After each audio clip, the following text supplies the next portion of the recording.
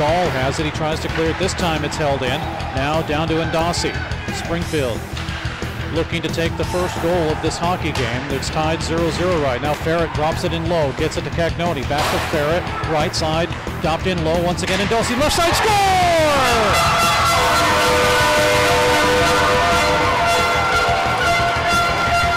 Arcos Sengeti gets the goal.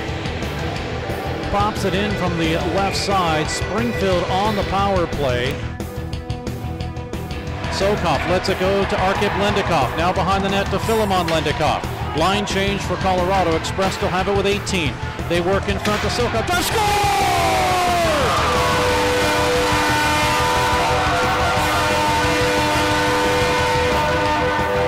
Arkip Lendikov gets the goal, and it's a 6-6 hockey game. And live from Mediacom Ice Park at the Stan Melton Ice Arena, it is Game 2 between the Springfield Express and the Dallas Snipers. Hello everybody, Steve Casson along with John Cook as the Springfield Express with a 9-5 win yesterday. It was a wild one in the first period. 9 goals in the first as the Express come out of period number 1 with a 5-4 lead on Gustav Ekstrand's goal with 25 seconds left in the first. Things settle down in the second, just 3 Springfield goals. Dallas gets one in the third, a power play goal, the first of the season by Simon Berkehorn, the defenseman out of Visby, Sweden, and he gets his first on the power play. The Express come back in the third period also with a power play goal, 3:50 remaining in the period, and that one by Matthew Smishek, actually, and I think I got it right first time. Smishek is he wants to be called. Power play is third of the season. 9-5 is the final score. But another game today, and we'll have one tomorrow. Matinee affair at 2 o'clock Central Time. We hope you'll tune in. As Springfield now 15-12-6 on the season. They have won 4 straight, all against Dallas. Last weekend, 9-4, 5-4, 7-3, and again the 9-5 win yesterday. Springfield will start in nets once again. Chad Purdy in 21 games, 3-5-1 with a 4.60 goals against average and an .867 save percentage. He's faced 300 shots this season, and he did not see as far as a win-loss record in yesterday's game because he went out in the first period. Connor Green got the win in relief because Purdy was chased after the first period of play. Dallas tonight will start once again Manny Legacy, and yes, he is the son of former NHL goaltender Manny Legacy. In 19 games, 1-8 with a 7.23 goals against average and an .844 save percentage. He again in nets too. He was also pulled in yesterday's game in favor of Brady Weiss, and Weiss gets the no decision. The loss does go to Legacy, who is now 1-8 on the season, as I mentioned.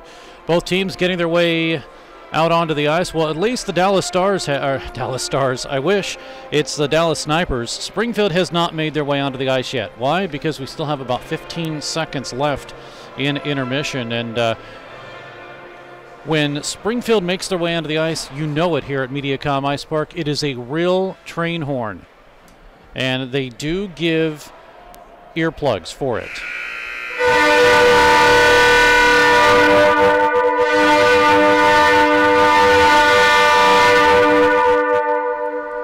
No reason to try to talk over it, as Springfield is now out on the ice.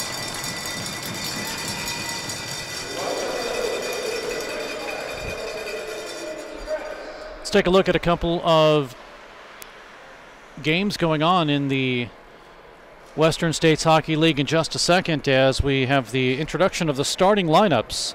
Let's head to Jamie J for this. Tonight on defense is number 3, Lucas Modine. Number 90, Simon Berkhorn. Your forwards are Eric Eaton, Karsten Portel, and Trevor Borlace. And number 33 for goalie, Manny Legacy.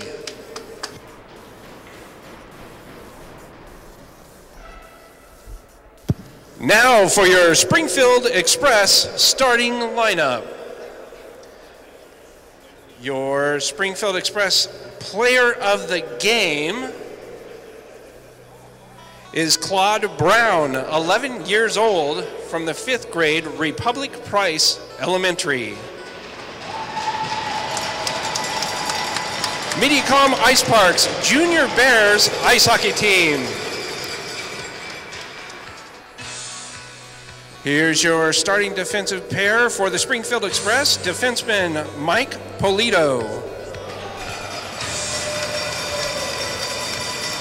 And we will talk to Polito at the first period intermission. Starting defenseman Matthew Schmishek.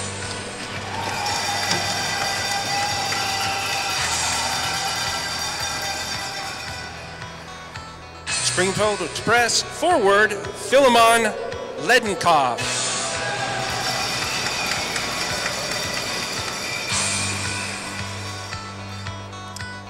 Springfield Express forward Arkep Ledenkoff.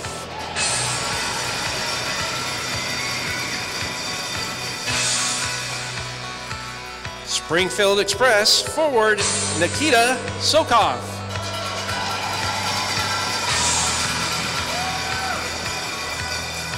And starting goaltender for your Springfield Express, Chad Purdy.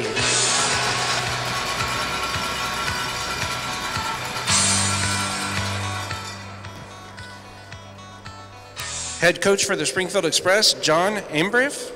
Assistant coach, Johnny Ambrief. And equipment managers, Frank Bradzill. All right, ladies and gentlemen, will you please remain standing for the playing of our national anthem?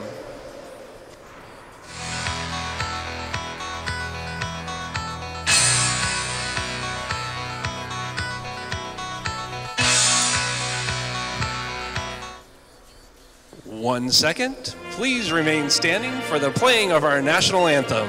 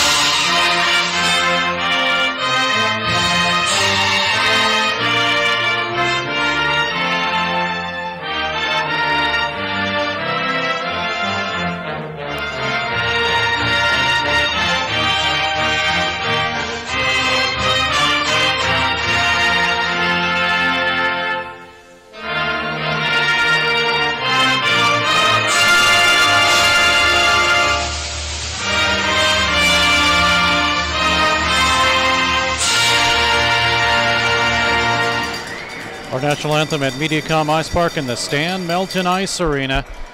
Game 2, Springfield Express 15-12-6, Dallas Snipers 7-21-0. I'm Steve Casson along with John Cook. Thanks for joining us on Black Dog, as this is the second of 3 meetings between these two teams. Actually, if you want to be technical, it is game number 5 of 6. There have been back-to-back series between these two teams, and that seems to have happened a lot in the Western States Hockey League, as Springfield will play 7 straight games against Oklahoma City, all here at Mediacom Ice Park. And that will be coming up shortly, so if you want to see some good hockey, you'll be seeing it very soon, as the Springfield Express and Oklahoma City Blazers will find themselves in a locked contest. But right now, this contest features Springfield and Dallas, and off the draw, Springfield will travel from the left to the right. They'll have possession of the puck.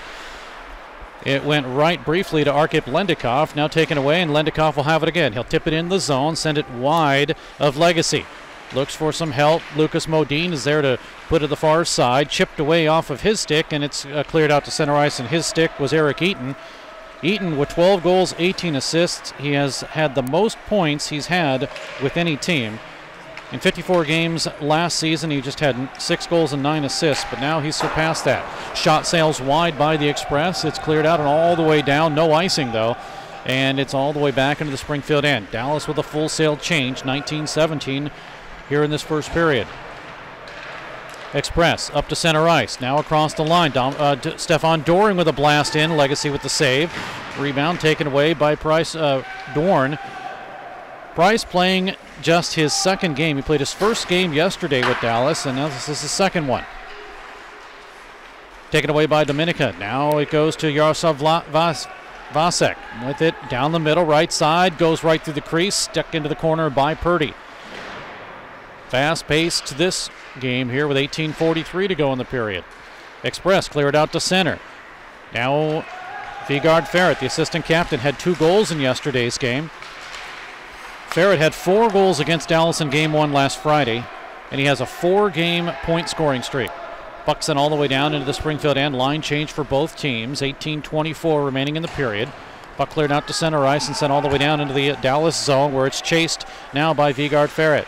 Or take that back. No, that is Gustav Ekstrand. Ekstrand was the one that got the goal in yesterday's game to make it 5-4 with 30 seconds left in the first period. Blast in, save Legacy, rebound in as Legacy is able to cover it. The net gets dislodged, and we get a whistle and a stoppage in play. 18:04 to go in the period, and no score. Other games going on in the Western States Hockey League as we get a chance to check. El Paso in overtime beats Oklahoma City 2-1, the final there. And that is really the only other game going on besides ours in the Western States Hockey League. Other games have yet to start. 18:04 remaining in the period. Referees tonight, same as yesterday, or at least the officials are. The referee is Mark Marzola. Chip Excel and Mitchell Erickson are the linesmen. And off the draw, taken away by Dallas. It'll be cleared out to center ice. A guy that just had the puck, Daniel Trenikin. He had 2 goals in yesterday's game. Trenikin has 6 on the season. 5 of those goals have been against Springfield.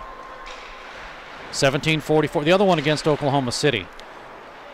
And that was back on, I believe, October 28th. So it's been a while since he scored against any other team but Springfield. Now the Express have it in their own zone. Oscar Anderson gets it up to Kyle Cagnoni. Back to Mike Polito. He swings it around to the far side.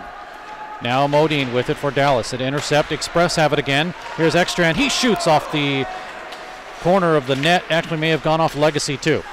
Now to the near side. Up the middle, nobody there. The Express have it. A tipping puck that just sailed wide as it came off of the stick of Matthew Smithcheck, and a score!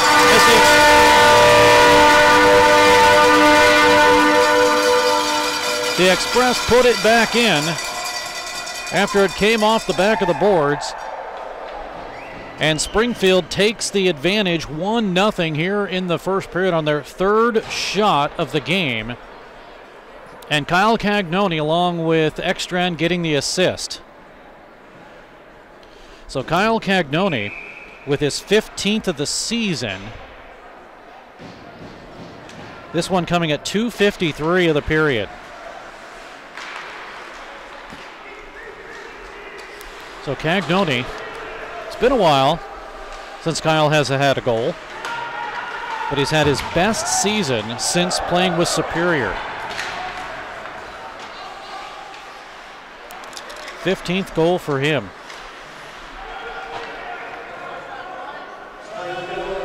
Assist by number 47, Gustav Ekstrand. Well, we caught the tail end of that apparently. Your Springfield Express, number 44, Kyle Cagnoni at 17:07. Meanwhile, the Express with a line change. They come again across the line. A blast in by Mike Polito is stopped by Legacy. Right leg pad on it. Goes to the near side. Taken away and cleared out to center, and the Express will set things up again. They lead 1-0 here in the first period at Mediacom Ice Park in the Stan Melton Ice Arena. Puck across the line. Sokov, the Russian line. Sokov goes through, shot, and it's chipped away from him. Near side boards. Now right side, a blast in, sails wide as Braden Barone got that opportunity. Puck taken away by Dallas. Trevor Borlas gets it out to center ice. 5-game point scoring streak for him. 3 goals and 6 assists in those 5 games. 15:38 remains in the period. The Express back behind their own net. They're going to work it. get it to the corner. Vasek is waiting for it at the line, but Springfield still wasting a little time trying to get it set up. They finally do. Here comes Philemon Lendikov. Russian line on. Lendikov shoots, and he just missed wide. Near side boards. Puck is poked out to center ice and cleared back out as the Express will complete their line change. Dallas puts one on two. Puck in the zone, racing hard and trying to get it with Stefan Doring, but Legacy comes out to clear it. It is developed all the way down into the Springfield end with an icing call. 15:03 remaining in the period. Icing will bring it back into the Dallas end of the ice. 1-0 Springfield on the goal at 2:53. Kyle Cagnoni is 15th. Gustav Ekstrand will get the assist, and the Express take that advantage. In yesterday's game, they took the advantage 1-0. They were quickly tied up 1-1, and then they rang off 3 straight before they got tied again. Near side boards, chipped away by Eiko Sengeti. Back behind the net. Here's Doring with it. He has a 1.44 points per game average, 27th in the league in scoring, but his pass is cleared out to center. Shots are 6-2 in favor of Springfield, 14:38 to go in the period.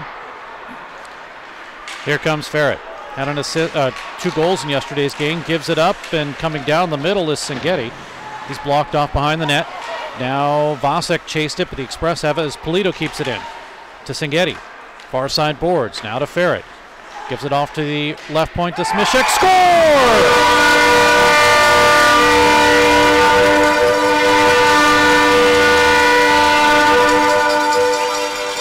I heard a tip, but I don't know if it will indeed be all Smishek's goal or not. We'll wait and see, as he did get the shot off.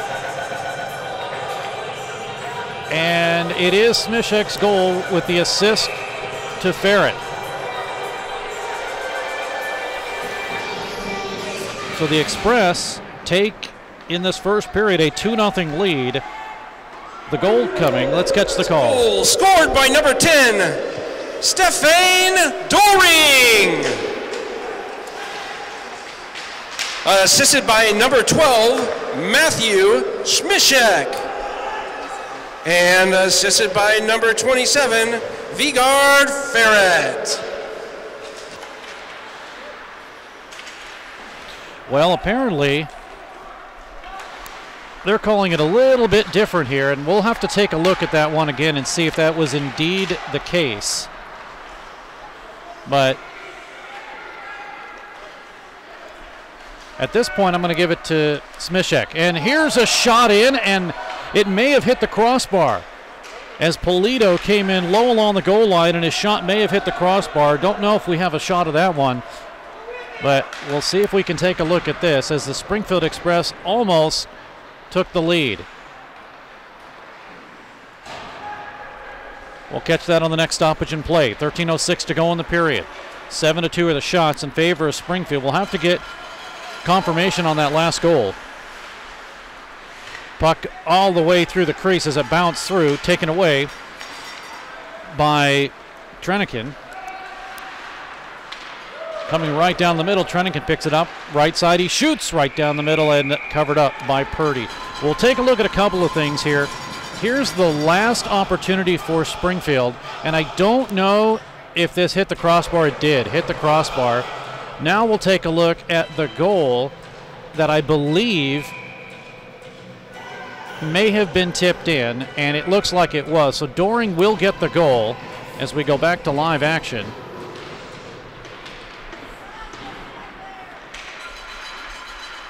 So we'll give it to Doring, and that is his 21st of the season.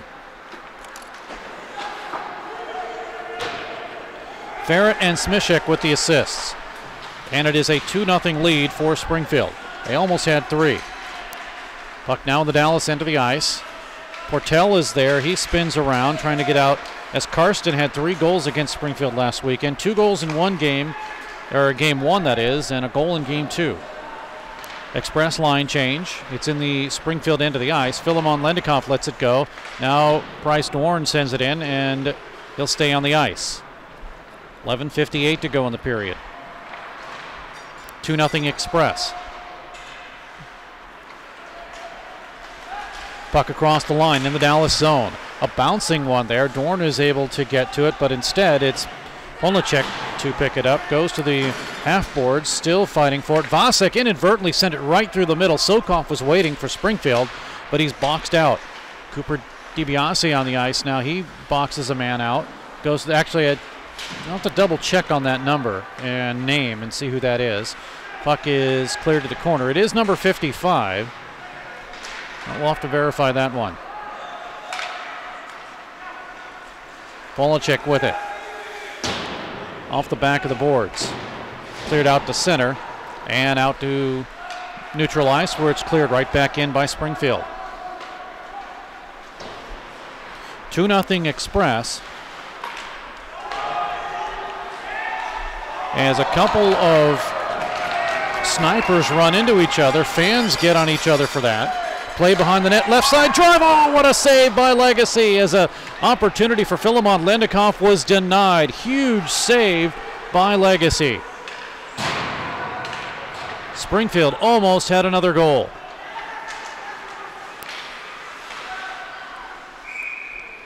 Meanwhile, we get a whistle for a stoppage in play. Let's see if we can take a look at that, as it was just a real nice, good play by Springfield, and Legacy slides across. You thought he was going to be beat, but it wasn't to happen. 10:32 remaining in the period. And Springfield still has a 2-0 lead. And that is, so 55 is Cooper DiBiase, but apparently he's wearing the right number, but wrong name on the back of the jersey. Far side boards now in the Dallas zone off the faceoff. Modine is there. He is checked. Last 3 goals for Modine came October 20th through 22nd against Wichita. Still looking for goals. Puck to the point.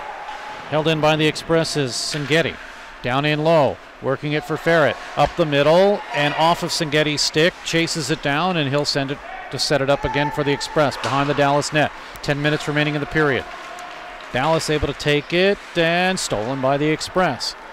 Working hard now and sending it down in low is Polito to keep it in. He does, gets it now to Doring, up the middle, Lau right side, pad save, rebound in front off the side of the net.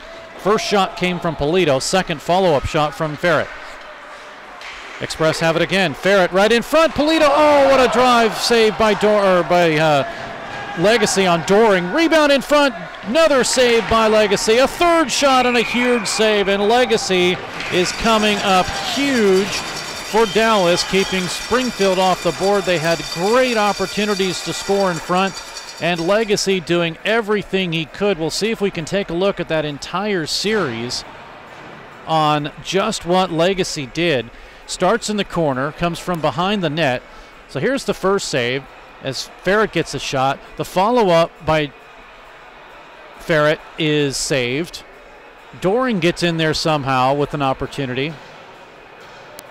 Huge toe save there. A second follow-up is saved again. And as you continue the play, it hits him in the mask. And then finally he's able to cover it up as Springfield completely peppered Manny Legacy. Already 11 shots on goal. Yes, he's given up 2, but it could be a different hockey game if it wasn't for Legacy right now.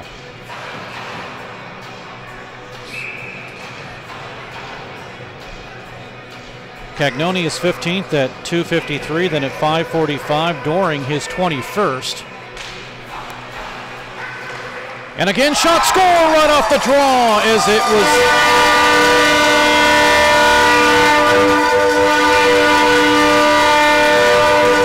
apparently tipped in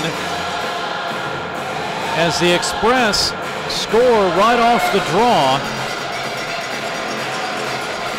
This one will be all Oscar Anderson's. And Springfield, as we go back to live action, have a 3-0 lead.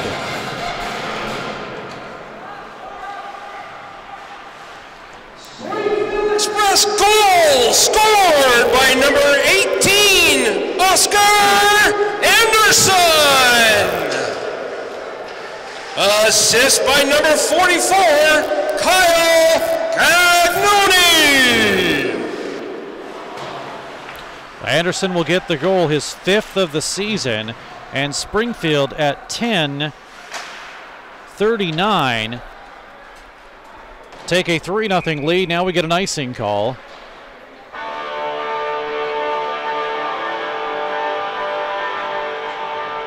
And we have the clock running for some reason.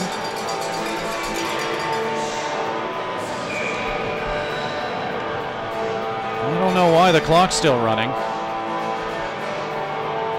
but it is.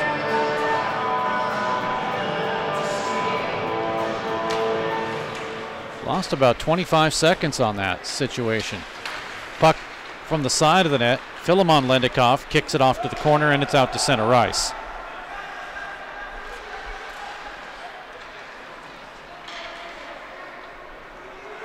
Springfield with a 3-0 lead.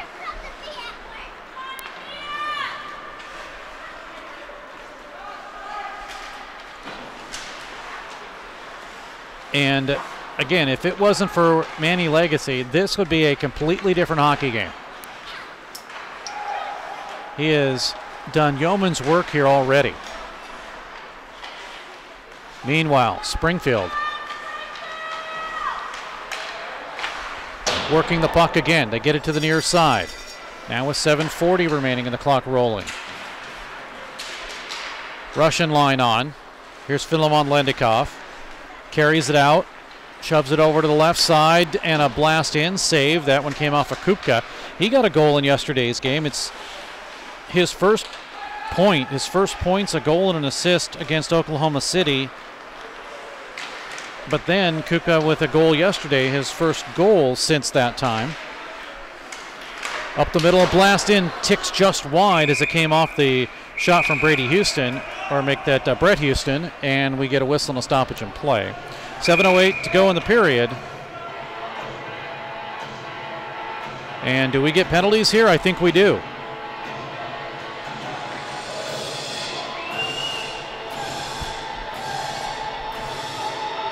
And Philemon Lendikoff will go for roughing.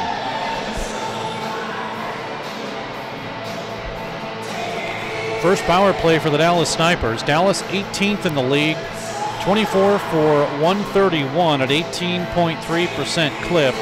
Those 24 goals match what Springfield's penalty kill is. They're 8th in the league. They've only allowed 23 power play goals for 126 opportunities. 81.7% clip. Springfield has 11 shorthanded goals this season. So fresh 2 minutes on the board. Let's see what the Springfield Express and John Ambrief's team can do.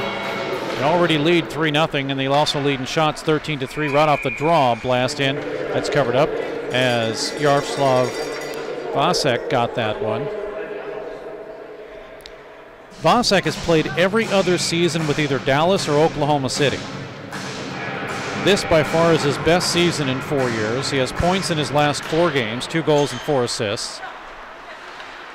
Now right in the middle, his shot save. Rebound in front, huge save by Purdy. Moved into the corner as Vasek was right on the doorstep, and Purdy made a great save there. 6:50 to go in the period, 3-0 Springfield. Puck flips up high, it hits the netting, and we'll get a whistle for a stoppage in play.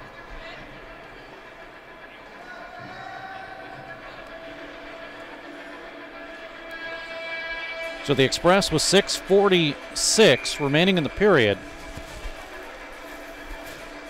On goals by Cal Cagnoni is 15th, Stefan Doring is 21st, and Oscar Anderson is 5th. Lead by a hat trick. Off the draw, blast in, save Purdy, rebound in front, and getting cleared out of the middle was Sterling Cooper.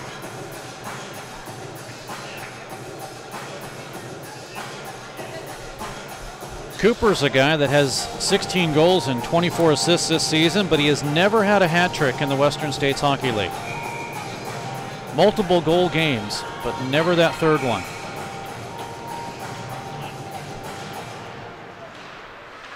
Dallas wins the draw again. That's one thing they have done, is they've won the draw. They keep it in the zone on the power play.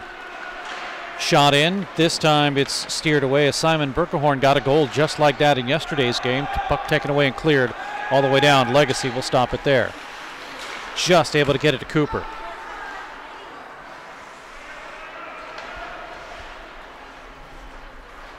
Line change for the Express. They finish that up. Dallas out of their own zone. Snipers across the Express line. Now move it across the middle. Poked away. And it's sent into the netting. So with 51 seconds remaining in the power play, 5:59 to go in the period. Face-off will be in the Express end of the ice. What a difference a day makes in not only for the Springfield Express, but for Dallas in general. In yesterday's game, right around this time, it was a 4-4 hockey game. Well, actually about a 4-2 hockey game. Ended up 5-4 after one period. Puck cleared out and sent all the way down where it's Doring to pick it up. Now Doring battles with Bryce Dworn to the far side. Spun around is Tanner Bird, and it's cleared out to center. Express with Ferret had 2 goals in yesterday's game. Vigard Ferret had 4 goals against Dallas in game 1. So he's had a hat trick before. He was trying for one yesterday. Just didn't get it. 5:17 remains. Forechecking by Nikita Sokov of the Express. Turned over by Dallas. Picked up by Dward. He comes down the left side looking for help. Now right in front and a blast. It's turned away as Trevor Borles had that opportunity. Here's a lead pass. Blast in and a save as Philemon Lendikov got the shot. Good save there by Legacy. Rebound taken away by Philemon. He'll have it up the middle. Left side gets a return pass. On the doorstep is Sokov. It's broken up. Polito keeps it in. 4:43 to go. 3-0 Springfield. Tried to get it to Sokov. Broken up by the defense, and it's cleared out to center ice. 4:35 remains in the period. And here come the Express. Dallas with the line change. Springfield does get it across the line. It's not offside. It's cleared out to center and shot right back in. Cooper DiBiase behind the net. Clears it out to center, just enough to get it out. The Express on a delayed offside. They instead will go to the bench. Puck cleared all the way down into the Springfield zone. This will be an icing call as Anthony Sebel, the right winger from Sugar Land, Texas. Actually, he's from Garland, Texas. He ices the puck, so the face-off with 4:06 to go in the period will be to the right of Legacy. Coming up at the first period intermission, I will talk with Mike Polito, the captain of the Springfield Express. Drive in just missing wide off the stick of Barone. Goes to the far side. Express try to work the puck. Here might be a break. Maram Abraham breaks in all alone. Backhander in, saved by Purdy. As the Express were able to tail him just enough to make him shoot it just a little bit too soon. Express come 2-on-2 down the middle. Blast in and a save off the blocker of Legacy as Eko Sengeti got that opportunity looking for goal number 15, but denied by the Dallas goaltender, Manny Legacy. And if that same name sounds familiar, yes, it is the former NHL goaltender. Played with the Detroit Red Wings, Manny Legacy. Off the draw, shot hit the post.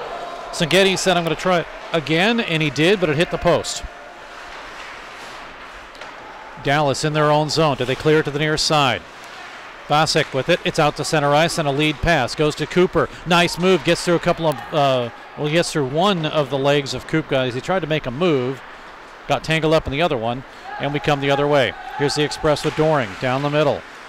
Tried to go down the middle, that is, and Domica is able to break that off. Line change for the Express in the back end. They do finish that one out.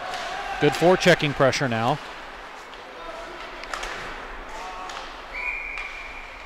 Shot gets deflected up and out of play as it was stolen by Oscar Anderson and then put up in the netting by Gustav Ekstrand on a tip by a Dallas player, so we'll have a face-off with 3 minutes to go in the period.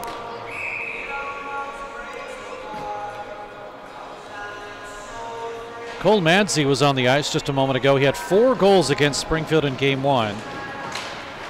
And he had a 3-game point-scoring streak, which was snapped yesterday. He did not have a point in yesterday's game. 2:58 remaining after the face-off draw.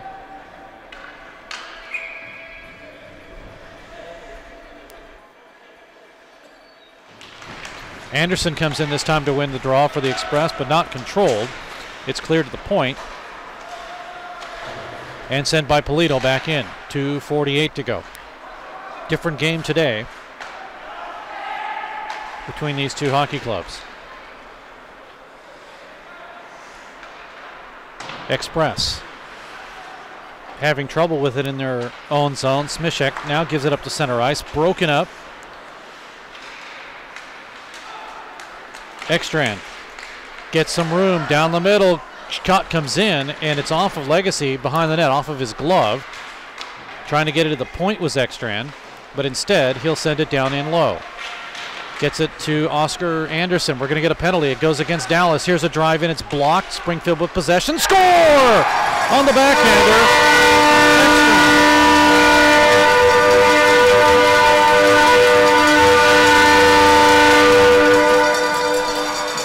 Gustav Ekstrand gets the goal on a delayed penalty that was upcoming. He gets a backhander over the glove of Manny Legacy, and Springfield takes a 4-0 lead as this one started. Right there is the penalty, and then Ekstrand gets it up over. Well, they're going to give it to, it is Cagnoni, 44. My apologies, not 47. So it is Kyle Cagnoni's goal. That is goal number 16 and his second of the game. The assists will go to Anderson and Ferret. And it is 4-0 in favor of the Express. Goal scored by number 44, Kyle Cagnoni. Assisted by number 18, Oscar Anderson. Assisted by number 27, Vigard Ferret. So that's the call there as the Express take a 4-0 lead. Puck is deflected and it clears out to center ice. Puck ball all the way down into the Dallas zone. The Express, after the line change, they're going to work it again with Sokov. Up the middle, nobody there. Now as it goes to Kupka, he gets a shot. It's blocked by Dorn, and it's out to center ice. 1 minute remains in the period. Puck cleared all the way down. Legacy will stop it there. Line change for both teams. D'Amico with it. Sokov will check him. Now goes to Philemon Lendikov. Good block in front as it was Madsey to get his boot on it. Now it comes out to center ice to Cooper. Cooper double teamed and the Express steal the puck. Ferret with it. He'll have it with 33 seconds to go. Ferret down the right side. Tried to chop at it. D'Amico can't clear it. Express have it here in a drive that's partially blocked by Hunter Mason, who got the shot. Mason will chase it down. Ferret is there too. It was blocked by Madsey actually. Now behind the net. And the puck goes in the net, but no goal. It was pushed. The net, that is, lifted up and it went in the net. So no goal with 15.3 seconds remaining.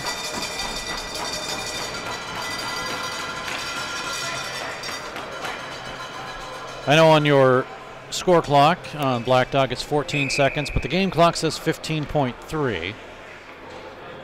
Ferret comes in, try to win the draw from Dorn, and Ferret does win it, but it's taken away by Berkehorn. Pushed to the far side. Held in, blast in, save Legacy as the drive from the left side by Smishek is held on to.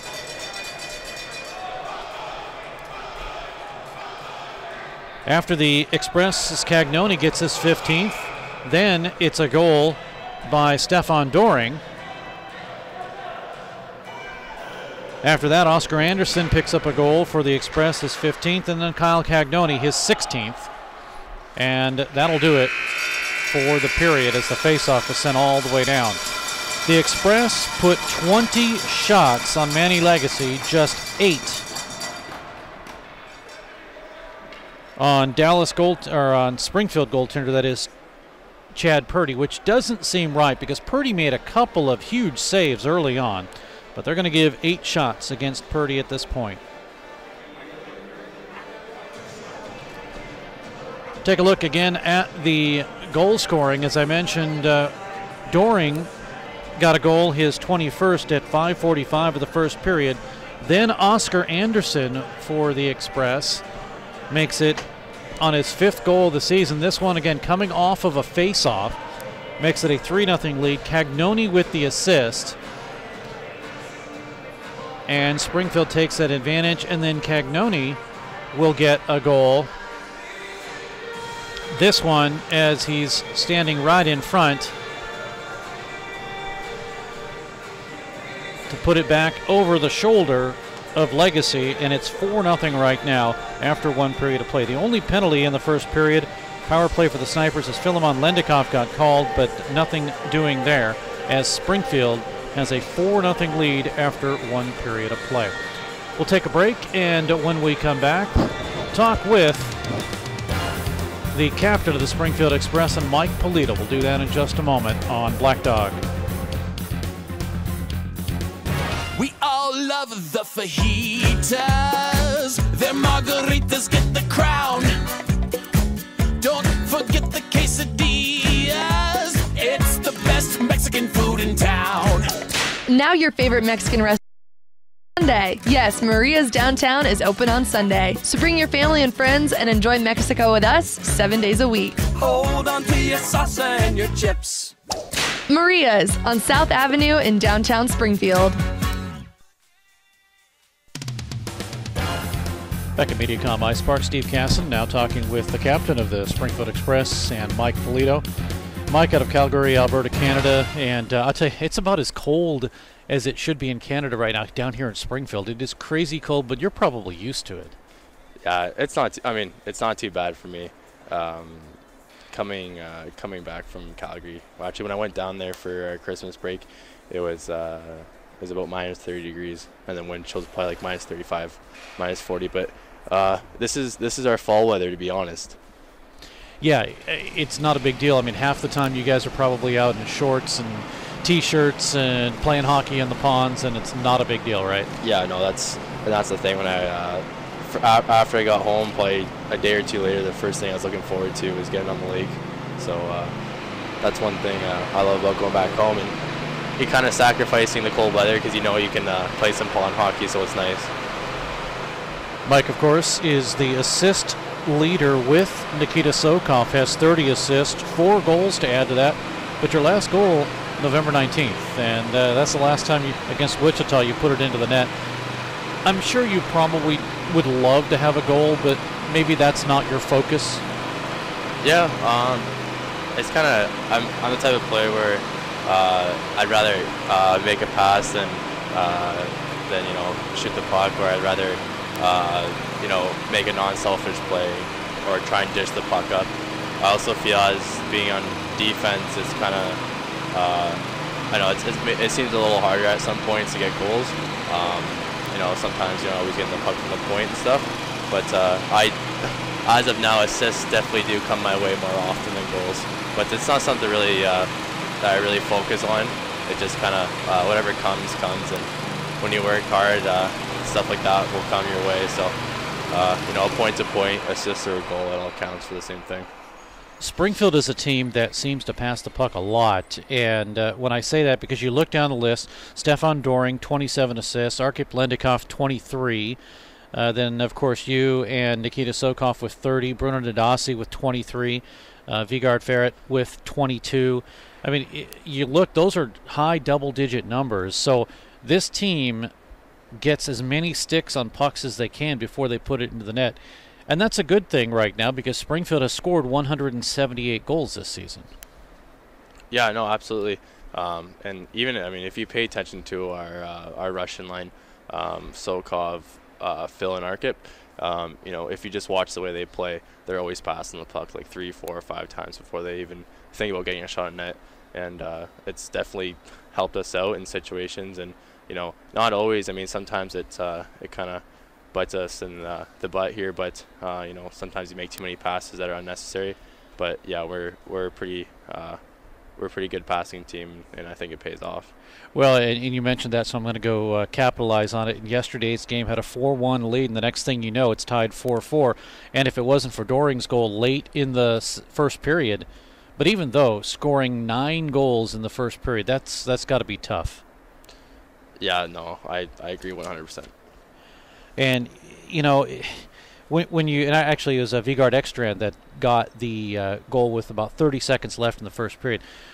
Not only is it tough on the goaltenders, it's probably tough on the coaching staff, but what's the mentality of the team? I mean, do you guys always have this attitude of, it's not a problem, we'll take care of it, or is there this sense of rush going through the heads of the players when all of a sudden you realize a 4-1 lead was squandered? No, not really. It's one of those things where if that does happen, we and the period's over, we'll come in the locker room and we'll kind of talk it over. We try not to worry, but we do talk it over, see what we can do. We see why this is happening and what we have to do to make things change. But no, we're a pretty calm team, honestly.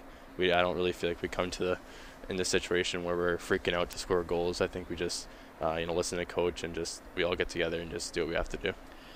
Tough situation in the Midwest Division right now, where Springfield, with now 5 teams left in the division, kind of locked into third place. There's a possibility of possibly catching OKC, but you're 16 points behind them right now. You do have about 12 points with which you can catch up, but at the same time, you have El Paso and you have OKC, which are kind of really running and gunning right now. Does the team feel any sense of complacency, meaning you're going to end up in third place, you're going to end up in a playoff spot, or is it, hey, we just can't wait until we get to play OKC and El Paso again, but meanwhile we're just going to win and see what happens? Yeah, at this point I think we're pretty comfortable where we are. I mean, like you said, catching OKC is a possibility, but El Paso, I think they've clinched. I'm pretty sure they've clinched first place. They only have 2 losses, but we don't see Dallas or Wichita in any way catching up to us. So, I mean, absolutely, we're always trying to shoot and go for a better spot in the ranking. So, I think our mentality right now would be to catch OKC.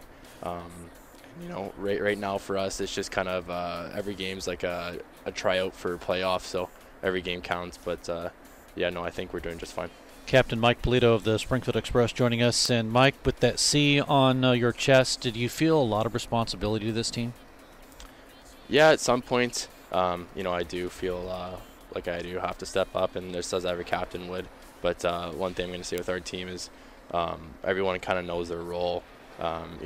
It's nice because it's not like I'm babysitting a lot of the guys. They, a lot of the guys have been playing for junior hockey teams for a while, but when on the ice, it's kind of smooth sailing.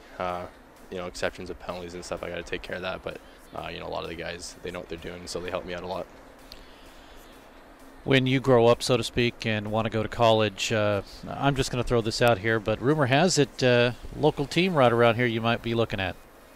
Yeah, there is. I have been talking to Missouri State a little bit. They've shown some interest in me, and actually not too long ago, I'd say about a month and a half ago, I went out for a practice with them on a weeknight. So it was kind of nice just to get out and kind of experience Missouri State Division I and how they practice. But Jeremy and I have been talking a little bit, that's for sure. Do you see a big difference? Obviously it's practice, but between the college game, or at least the way these guys skate versus the WSHL?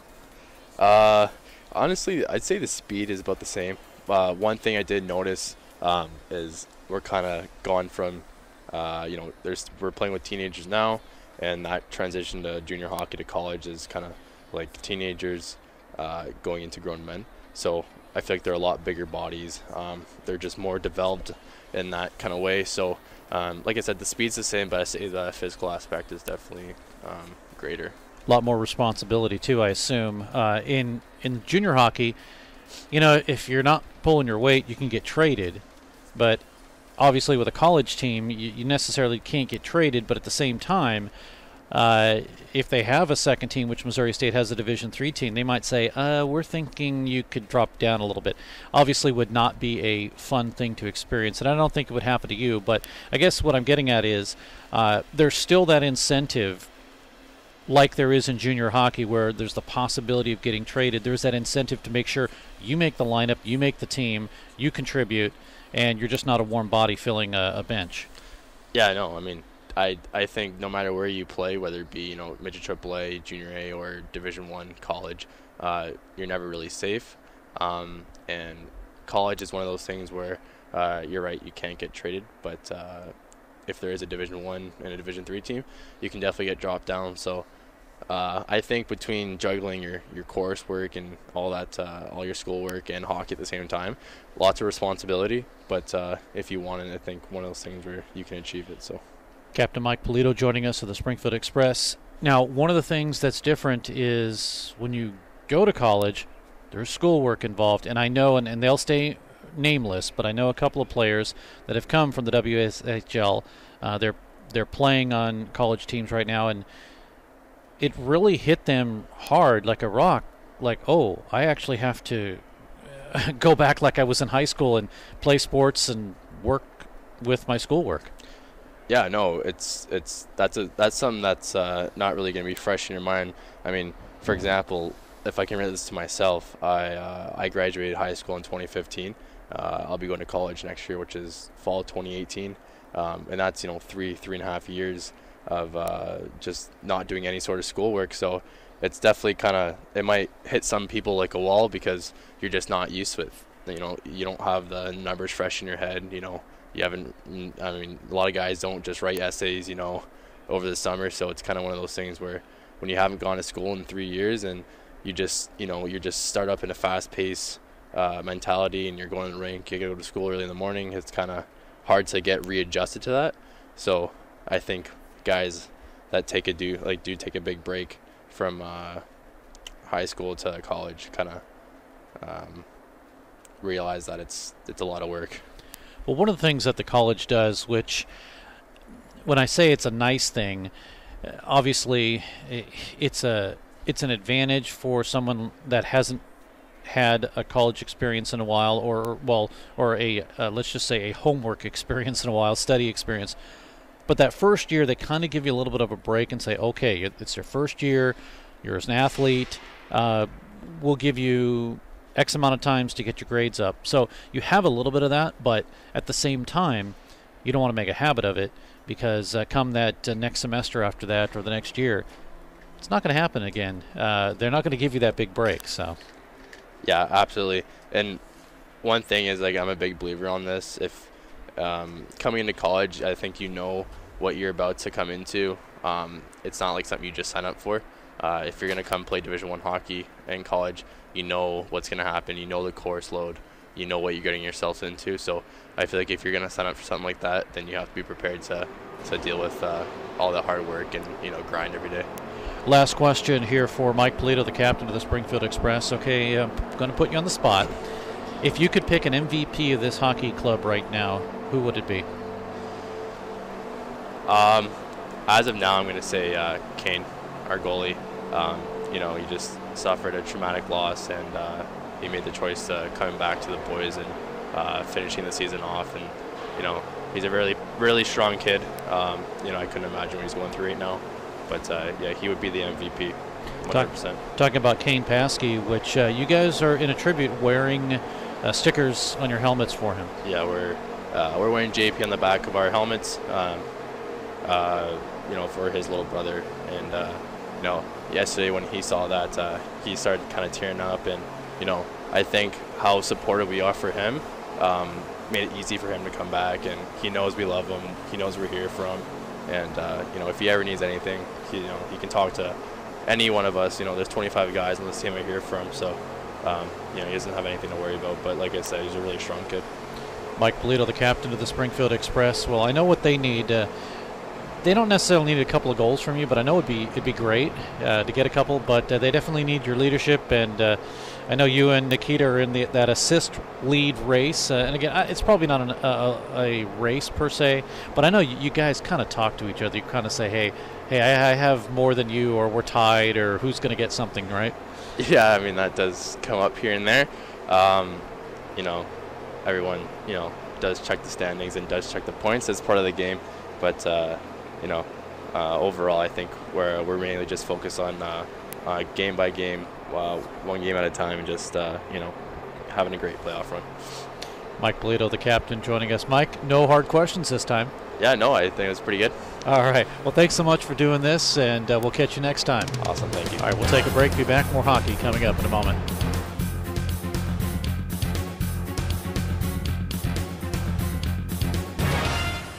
Hi, my name's Scott Morris. I own Falstaff's Local. It's the new hockey bar in town. You're missing out if you don't come and watch some Blues games down here. You'll also be able to hear the sound of all the games. And we're located between the Hers building and the movie theater on Park Central West. We have a limited but great menu. We're open for lunch. We are the hockey bar, so come and watch all the hockey games. We're going to cover MSU Ice Bears, the Springfield Express, and we may have some big-time NHL players show up. We are installing a train whistle down here. I think we're the only ones in town that are daring to do that. Please come and see us at Falstaff's The Hockey Bar. Thanks a lot. I will see you soon. Back at Mediacom Ice Park at the Stan Melton Ice Arena, Steve Cass and John Cook.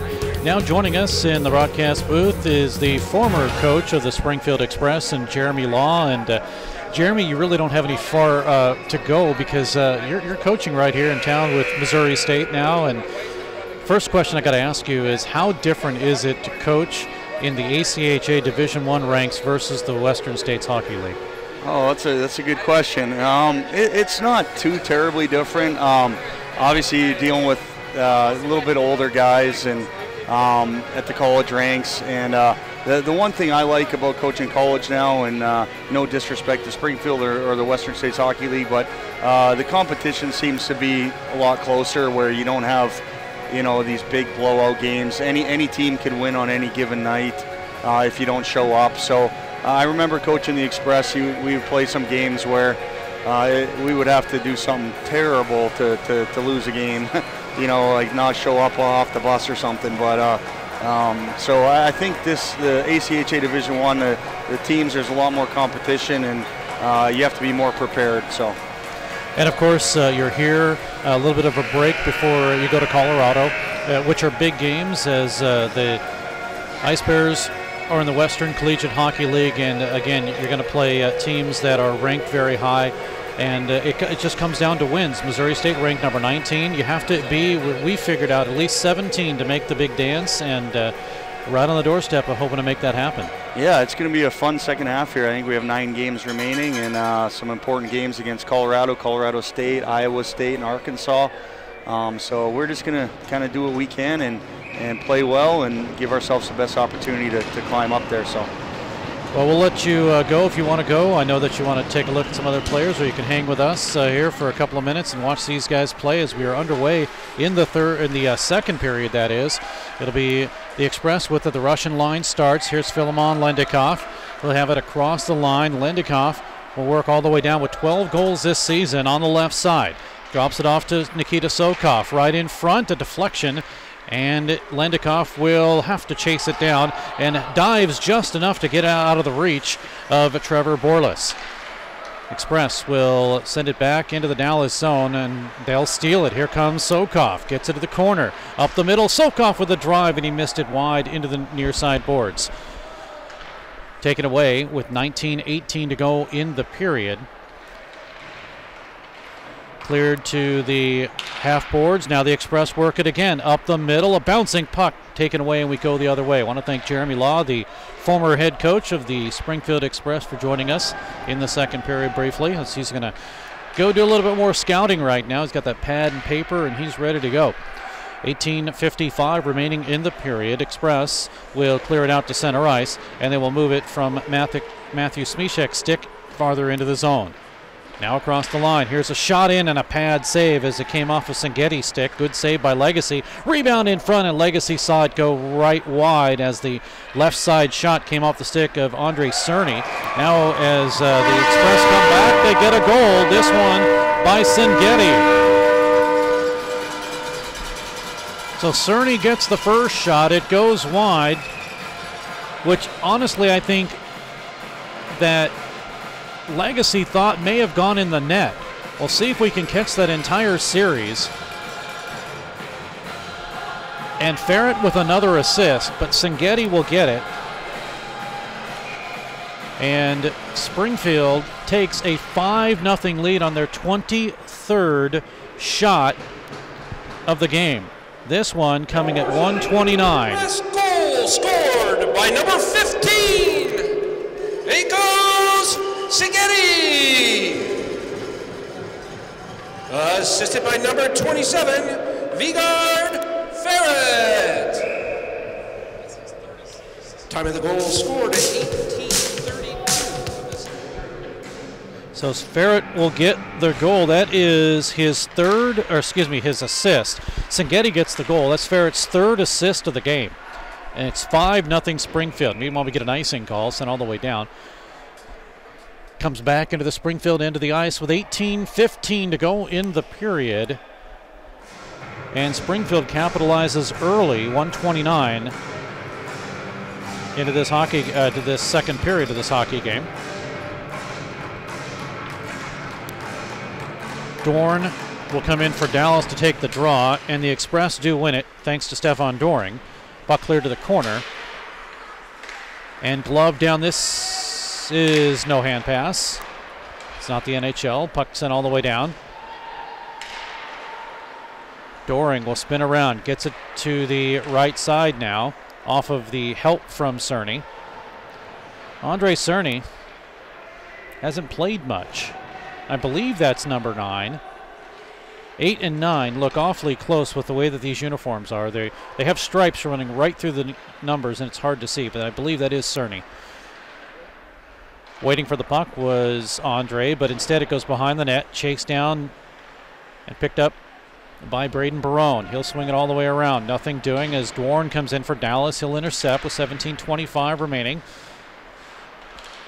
And a lead pass is cleared out to center ice, but intercepted by Ferret. Underneath the stick of Senghetti, and a line change for Springfield. Dorn gets it to the half boards, and a deflected puck will find its way farther out to center ice.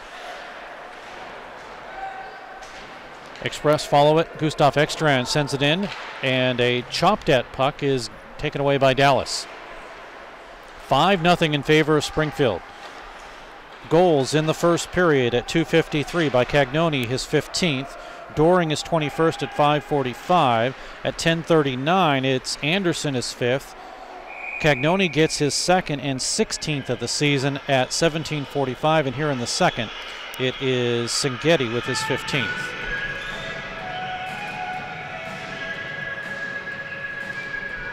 .37 remains. A stoppage in play. Face-off will stay in the Dallas zone.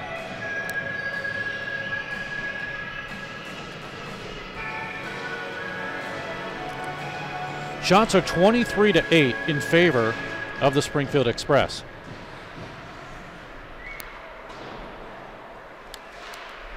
Play into the near side boards. Scrum along the line. Now a shot in by Kupka is blocked, and he's not able to hold it on the line. Puck cleared into Polacek. His last goal was December 10th against Wichita. Has 3 goals and 7 assists. It's been a while for the Slovakia product. Now Express work it again like it's a power play, but it's not. Less than 16 to go in the second period. Puck is taken away, cleared out to center ice. Racing all the way down is Houston. Brett, as the puck comes behind the net, it was blocked off from a pass into the corner from Pistek. And then Purdy was able to hold on to it. So with that stoppage in play, it'll be Borlas for Dallas, Philemon Lendikoff for the Express on this faceoff. Springfield to win. Lead pass to Arkip Lendikoff. Down the middle, trying to get it over to the corner to Sokoff, off of him. Express playing without Bruno Nindasi. If you're wondering why his name hasn't been called, Nindasi was given a 2-game suspension for an altercation that he had in Dallas last Sunday. There was a lot of things that have gone on, including some issues with name calling. Not necessarily from him, but nevertheless, he has a 2-game suspension. Blast in is held onto by Legacy on the shot by Smishek.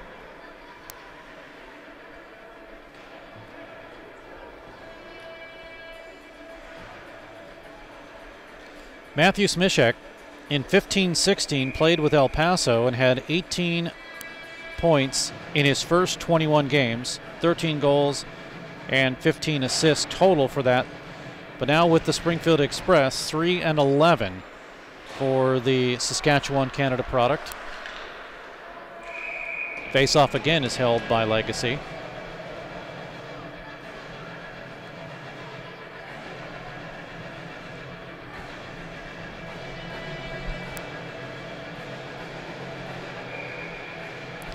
So we'll do it all again to the right of goaltender Manny Legacy, the son of former NHL goaltender.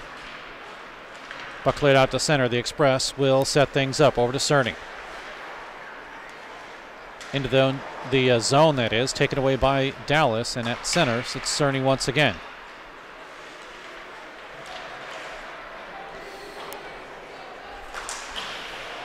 Finally, cleared out to center. Here come the Express on the left side. Doring with it, 20 goals this season. Make that 21 with his goal today. Calling for it in front was Cerny, but it didn't get to him, and it's cleared all the way down to the Springfield end. This should be icing. And that slow icing rolling puck with 14-18 to go in the period is brought back into the Dallas end of the ice. See if we can take a look at other games going on in the Western States Hockey League. In the first period, no score between West Sound and Idaho. In warm-ups, Casper and Ogden, same with Utah and Cheyenne. Colorado and Superior also at intermission. And a final, El Paso 2-1 over Oklahoma City. They go to overtime again. Meanwhile, here at Mediacom Ice Park, Springfield has a 5-0 lead, 13:50 to go in the period. Ekstrand serves up the puck, gets it over to Houston, drops it in low. Houston calling for it again on the left side. He's able to backhand it and keep it down. Racing in, getting a shot off on the left side was Ekstrand, and Cagnoni was right there to follow it up, but it gets deflected, so we'll have a face-off. It'll stay after the save by Legacy. And that face-off to the right of the goaltender. These two goaltenders started yesterday's game. They were both chased.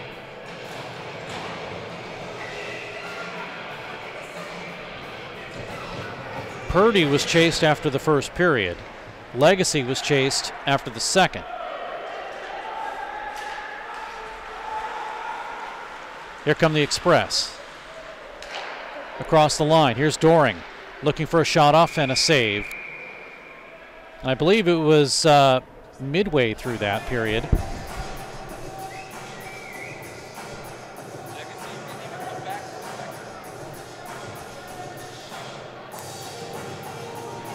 $13:16 to go in this second period here. In game number 2 at Mediacom Ice Park, but game number 5 total. It's been 5 straight between these two teams. Right off the draw, Legacy makes a save off the faceoff. Here comes another shot, Sokoff. or make that Polito 67, not 87. Off the side of the net. Doring working it again. He's 27th in the league in scoring. Puck cleared out to center.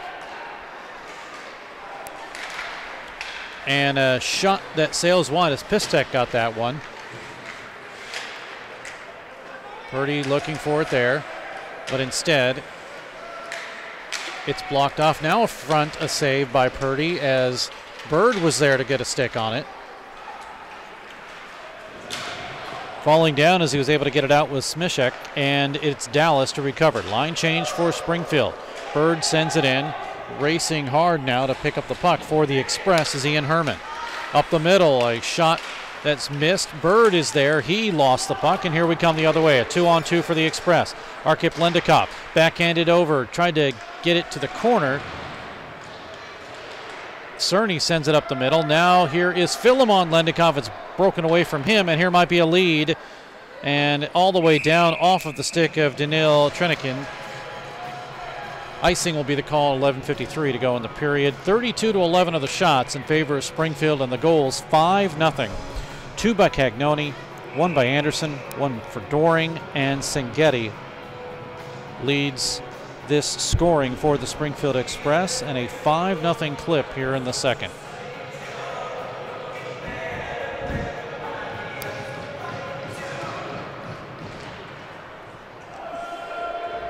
Off the draw, puck cleared all the way down to the Springfield end of the ice. Line change for Dallas. Kupka's pass off of Sokov. Coming up at the second period intermission, we'll talk with the head coach of the Springfield Express, John Ambrief. And I made mention that the Russian line has probably been the top scoring line. He has begged to differ on that. We'll get his thoughts on what he thinks the top scoring line for the Express are right now, coming up in about 11 minutes and 23 seconds.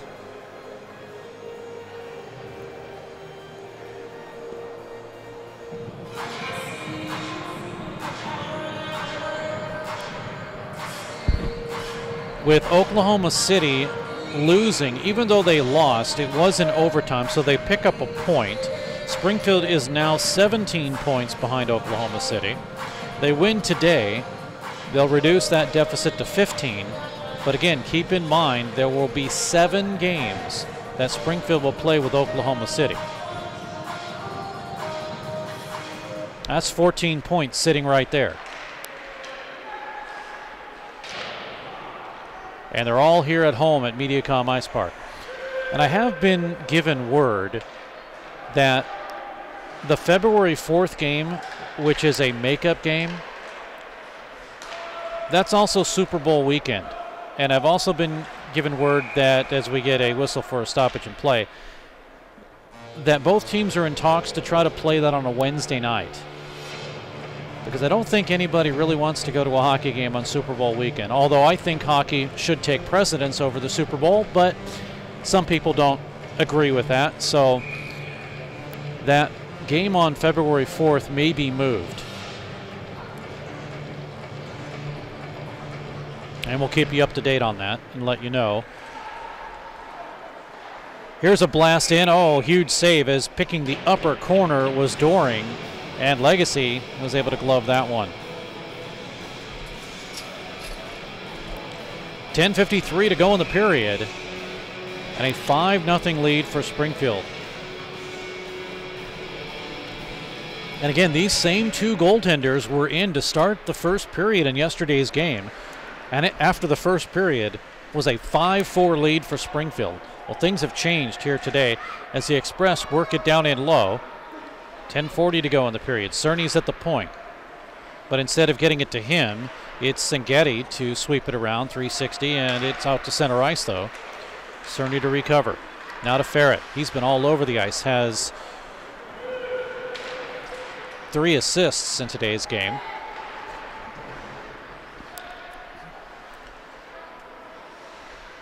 Puck to the near side with 10:15 to go in the period. Express with a partial line change. It's out to center ice, and the man who changed, Smishek, will send it right back in.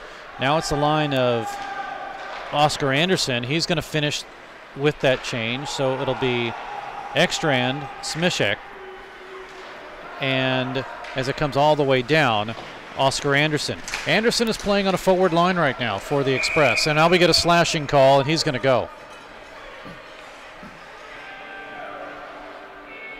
Well, they're going to call Hunter Mason for the slash instead.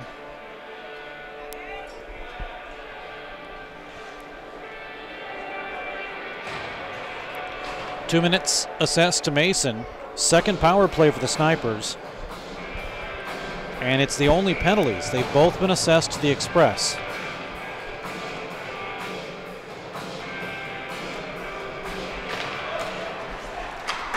Power play for Springfield, or excuse me, penalty kill for Springfield, 8th in the league, 23 for 126.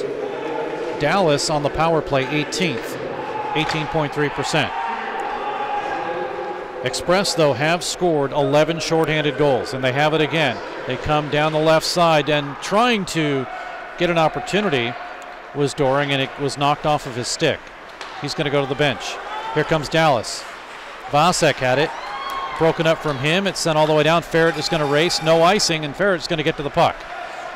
Vigard behind the net looking for some help. Has no help with 1:21 to go in the shorthanded situation. Clears it out to center ice. Here comes Dallas. Cooper battles for it. Ferret is in there to try to poke it away. Comes out to Vasek, and right in on goal. Saved by Purdy. Rebound to Vasek behind the net. 5-0 Springfield. Comes right in front, and Purdy, after it was tipped in front off the stick of Michael Pistek, will hold on to the puck. 8:45 to go in the period, and John, it's gotten a little bit colder in this arena, hasn't it? It seems right around the second period for some reason to get colder, like they deliberately pump the air for some strange reason. I think it's on a timer. Bird with it for Dallas at the half boards. Lendikoff couldn't dive for it, but Eaton was able to swipe it away and get a shot off for good measure. Sent all the way down, no icing. Philemon Lendikoff to forecheck.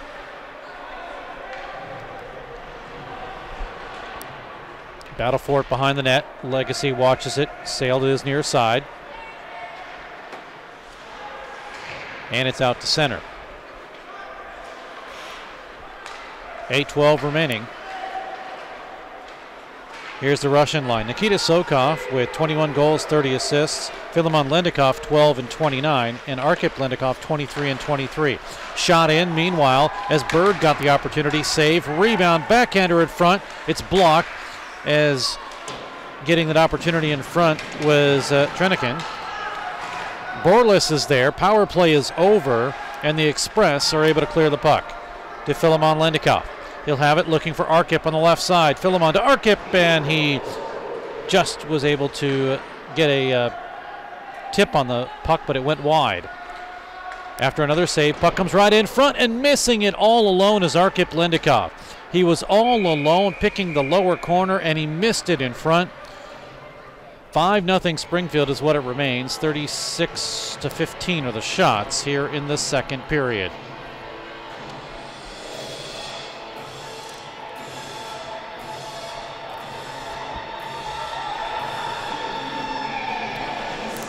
Fans still filing in here at Mediacom Ice Park, and I joke about this, but it's true. Even though it's cold in this arena, it's a lot warmer in here than it is outside. It, with the wind, feels like about 12 degrees outside, and it's a good healthy, 24, 25 inside Mediacom Ice Park.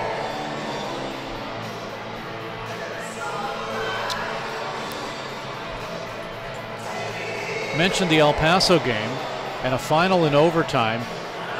Getting goals for El Paso is Colby Hagen. I take that back. He got an assist. The goal was Adam Stalzer and Maguire Blair. Both of them had goals. Other assist men were Jake Kapinski and Justin Koldebecki.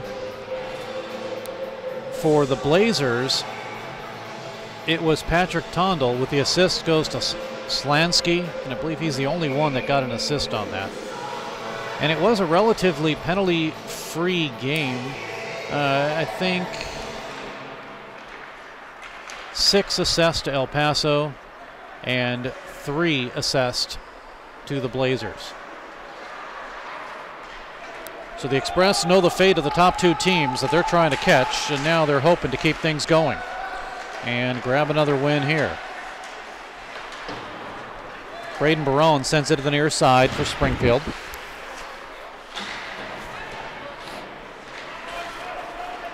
Madsey had to go off of his stick of Dallas, and here's Vigar Ferret. Ferret's pass across the line, gets it to Sangetti. Shot save, rebound, moved behind the net. Bouncing puck, still rolling, and the Express work it again. .6:34 to go in the period.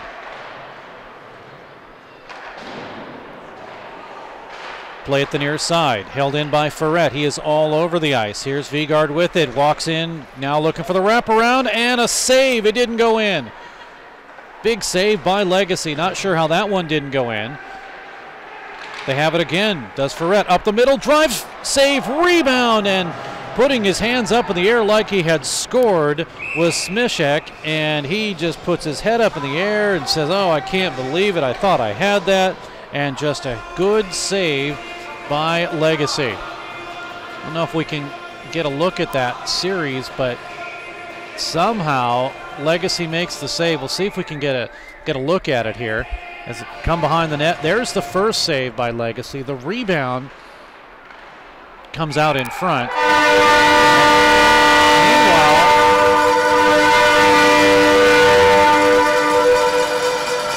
Meanwhile, they pulled a fast one on us. They dropped the puck, and Springfield gets a goal. It's 6-0.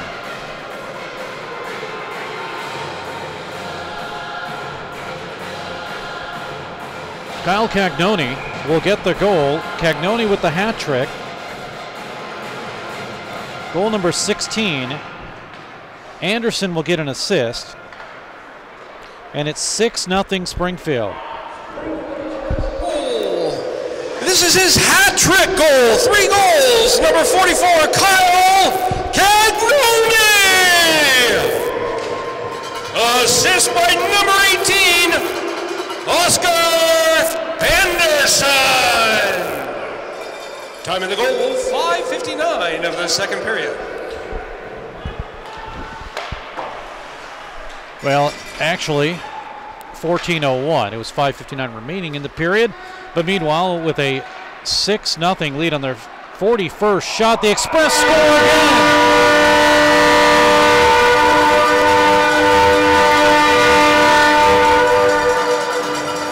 It is the 4th goal for Kyle Cagnoni here in the second period. This one I think we can show you. Kyle Cagnoni just dragging it low along the goal, and that's the tail end of it. We'll see if we can catch up with it again. But, well, they're going to say extra and 47.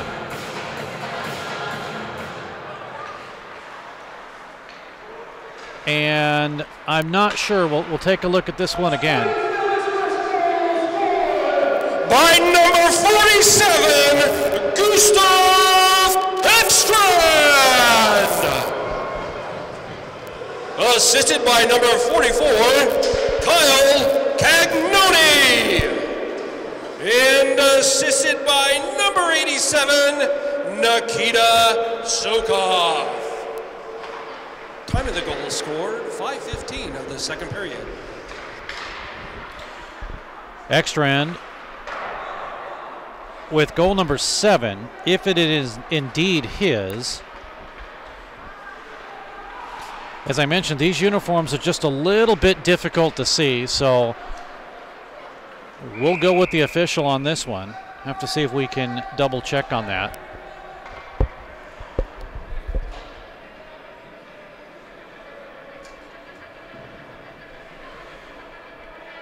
See if we can take a look at that one more time and see who that was.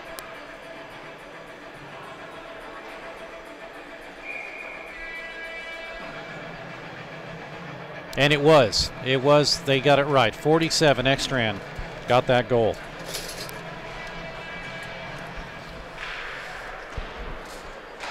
Seventh of the season for Gustav.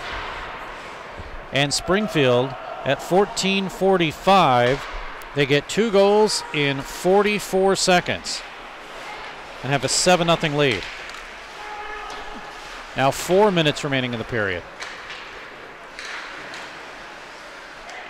Behind the Springfield net, working it is Hunter Mason. Had back-to-back 2-goal games November 17th and 18th versus Wichita, but he's looking for more goals since. He hasn't had anything since then, even though he has 6 goals and 2 assists this season. 3:40 remaining. Second period intermission. John Ambrief will be our intermission guest, the head coach of the Springfield Express. Puck cleared in the Dallas zone. Tipped away and cleared all the way down into the Springfield end, where it will be Brett Houston. Houston has 7 assists. He had 2 assists last weekend. Still looking for his first goal of the season and first goal with the Express. He is a Springfield product. He and Chad Purdy both come from Springfield. Now Borlas. Pass over to Eaton. A bouncing puck. Couldn't get to it. Goes to the right side. Vasek couldn't get around Cagnoni. Here comes Kyle looking for goal number 4. He already has the hat trick. Centers it up to Anderson. Bucked away from him. Ian Herman on the ice now. Moves it down in low. Herman looking for something in front. Herman still with it. Still moving the puck behind the net. Trying to rush it up the middle. Gets it in. Houston with a drive and a blocker save by Legacy. Talked with Brett Houston before the game, and he said he really wants his first goal. He's going to try to do everything he can, and right there was probably one of his best shots.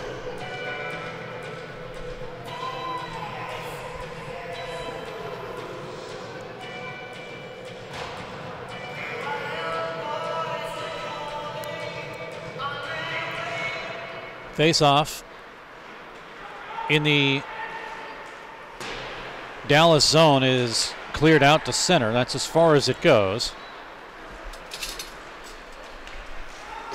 Now brought back where Vasek will have it in the Springfield end. He's behind the net, 2:20 to go in the period. Comes up the middle, taken away, and Sokoff will chase. So will Berkehorn.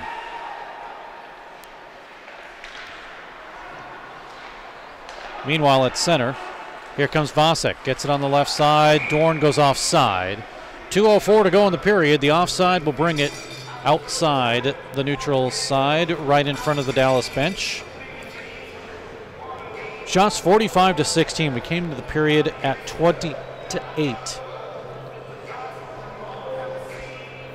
So Springfield has surpassed their first period shot total. They have a 7-0 lead over Dallas.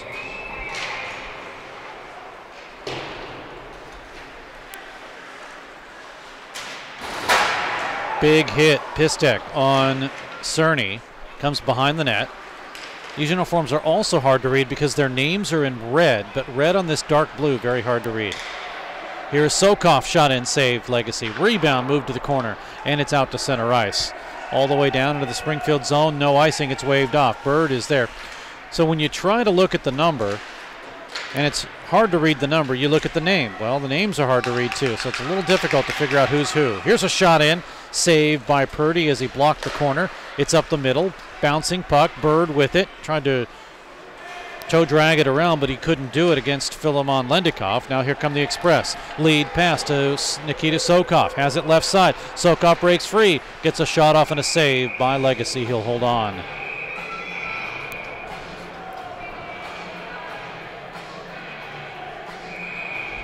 .110 to go in the period. Shots 47-17 in favor of Springfield. Now we're going to get penalties. And it looks like it's going to go against both players. So Nikita Sokoff will go.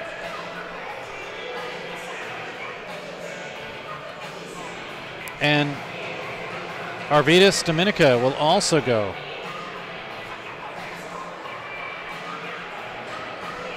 Or Domica, I believe, is actually how he's pronounced it.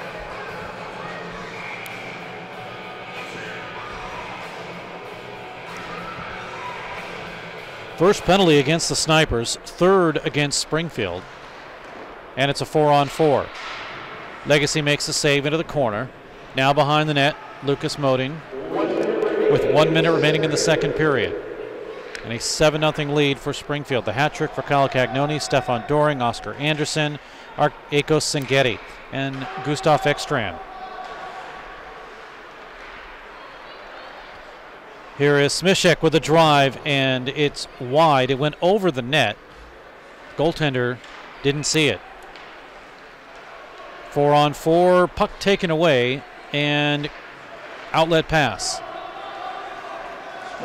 Here comes a 2-on-2 into the zone as it just sailed wide on the initial shot by Madsey, or the initial pass by Madsey to Borlis. Line change for the Express, 14 seconds to go in the period. Express with it, Smishek lost it, now in front, a shot. Ekstrand dropped it down as Anderson loses it with 4 seconds to go, and it's covered up by the goaltender. And Legacy will hold on with 3.5 remaining. And 53.5 seconds left in the 4-on-4. That will carry over into the second period.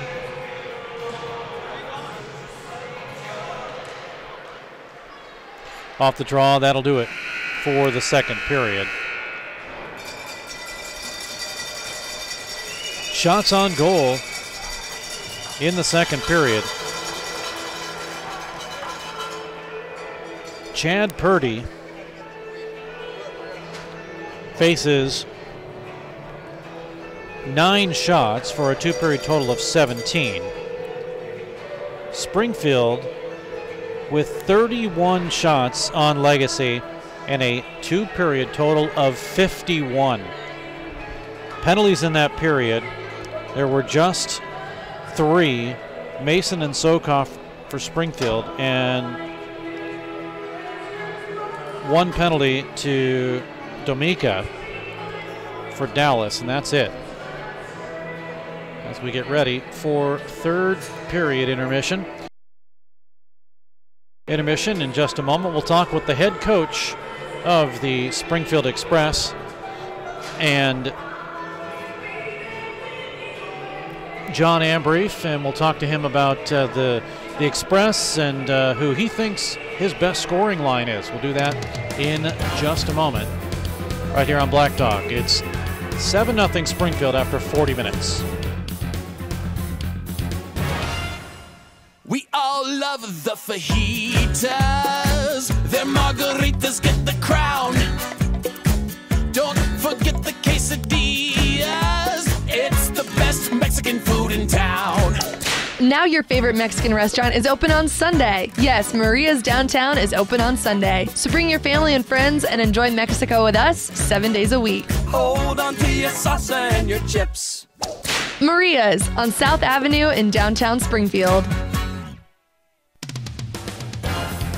We're back at MediaCom Ice Park. Steve Casson talking now with the head coach of the Springfield Express and John Ambrief. And John, 15, 12, and 6 overtime losses. The Springfield Express have had a massive, I'm just going to use that word, problem with overtime. 50% is really what the statistic is right now. No team has had 6 overtime losses like the Express have, and I know it's got to be tough on this record right now. You look, and the first thing I'll say is 15, 12, and 6. Did you, in your mind, with the type of team you have, think you'd be at this record right now at this point of the season? Not really. Our offense started out great this year at the beginning. Kind of hit a wall towards the showcase. We weren't scoring at the pace that we have been. D started stepping up a little bit, but the overtime losses, 5 of them, we tied it up, pulling our goalie in the third period. When you got an offensive team like we do, sometimes you forget about defense and you're trying to get that quick score in overtime. So I think we've hurt ourselves. And 4-on-4 and 3-on-3 hockey's man on man. You can't have 2 guys chasing the puck carrier, 1 guy's open, too much ice. So we've been working on that for the last couple of weeks on just cutting the ice into quadrants, sticking in your quadrant, and have a better understanding of where your guy is and play one-on-one hockey. And with our speed and our skill, we're still going to be able to get the opportunities. But yeah, it is heart-wrenching to tie a game out with under a minute to go and then get in overtime and squander it away. But I guess that's part of having a wide open type offense that we got, that you're going to get caught. Well, and one of them, I don't want to exactly name the team in the situation, but let's just say it was a shorthanded overtime goal. Springfield was on the power play going into the extra stanza, and they give up a goal. And it's got to be tough, because I know that, like you mentioned, this is a strong team. There's offense right now, especially the top line is your Russian line, as I call them, with Nikita Sokov and the Lendikovs, Philemon and Arkip. And then you have other guys that can put the puck in the net too, and really all four lines can do that. But it's also, if one line isn't having a good night, it puts pressure on the other lines, and maybe it changes things for you, or you shorten the bench a little bit. But I guess what I'm getting at is, it seems like in the beginning of the season, things were just clicking. You really didn't have to put two and two together, and now you've got to figure out how to equal a certain sum with this hockey club right now, do you? Yeah, it's Vergat's line with Stefan and Akos have been scoring probably at a better pace right now than the Russian line. Third unit's doing a great job, but I tell these guys, I mean, Steve, you watch all our games. How many pucks hit the glass? I mean, we have to hit the net. If we don't hit the net, we don't get that second, third opportunity. And so we've been driving on these guys. I'd like to pass too much down low instead of taking the shot in that prime area. They're inside that slot area in the middle and puck on your stick, and you pass it off to the side. So we're really forcing them to start putting the puck on net. Let's go to the net, crash the net, pick up rebounds. Again, I'm not worried about the offense. I think it's coming around. It's come around the last week or two. I mean, we're scoring 7, 8, 9 goals a game, but we're still a little bit. You saw yesterday's game, a 4-1 lead, and we went back in our same old, not cleaning up down low in the house area down there and letting loose pucks bang around and not putting people on the ice, and we're swinging at pucks, and it's going to come back and bite you, and it did yesterday. That's always got to be a tough thing, and I said it on the broadcast yesterday. It's tough for the coaches, for both coaches actually, because Springfield gets tied up, and then in the last 30 seconds they take the lead again on a goal by Ekstrand, and sure, you end that first period, but you've scored 9 goals. Each team has combined 9 goals. Then all of a sudden you go into the second period, and it kind of really doesn't stop. You get into the second period, and you get 3 goals there. It's obviously a situation where you look at the Midwest Division, and it's kind of this up and down momentum shift, because all of a sudden you're playing Oklahoma City. It's a tough team. Things are different. You play El Paso. But then you get into playing Dallas. Now you've played Dallas. This is going to be game number 4, or 5 actually, of 6. And then you play Wichita, which rebuilding. I know they're rebuilding, but it's got to be tough. Would you rather have maybe an average 500 league, or would you like to have this division the way it is right now, with Springfield pretty much sitting in 3rd place? I think the league overall, I came in 3 years ago in Casper, Wyoming, in great division, in the Mountain Division. It was a battle. There was only one team in the Mountain Division that you used to have the top teams, the middle teams, lower teams. And now, look around the league, you look at Idaho for years, and look in the Mountain Division this year. You got the top 2-3 teams, 1, 2, 3. And then you got the bottom. There's no middle range teams anymore. Why? I have no idea. So if you're the top 3, you're usually the cream of the crop, and if you're 4, 5, 6, you're usually rebuilding a younger team or struggling. So you don't have that day in and day out. It's either going to be playing a good team or maybe some of the weaker teams. So there's really not that in between. John Ambrief joining us, the head coach of the Springfield Express. Have finally gone back on a winning streak, 4 in a row. Of course, it's been all the sweeps against Dallas, but prior to that, it was an 11-game losing streak. And in that, as I talked about early on, was the whole overtime situation. And the showcase, it was that way too. You fight back and you lose in overtime. And, you know, obviously streaks are going to be part of hockey. But the thing is, you look at this team still being above 500, even having an 11-game losing streak. You have to say there's something with this hockey club to still be that way with half of their season having not gone their way. I don't, Steve, I don't really, the first half of the season to me is exhibition. You're not going to win championships in September, October, November. It's getting everybody on the same page, getting a lot of the European kids used to playing North American hockey. And from now on, you know, we got 7 more games with OKC. Let's see where we stand now as we reach the second half, the playoff part of our season. I think we're going to be fine. So I'm really not too worried about the first half. It's the second half that we're looking to get strong. And usually the second half is when you might get some player movement. And has it happened the way you've wanted it to? On the player movement? Yeah.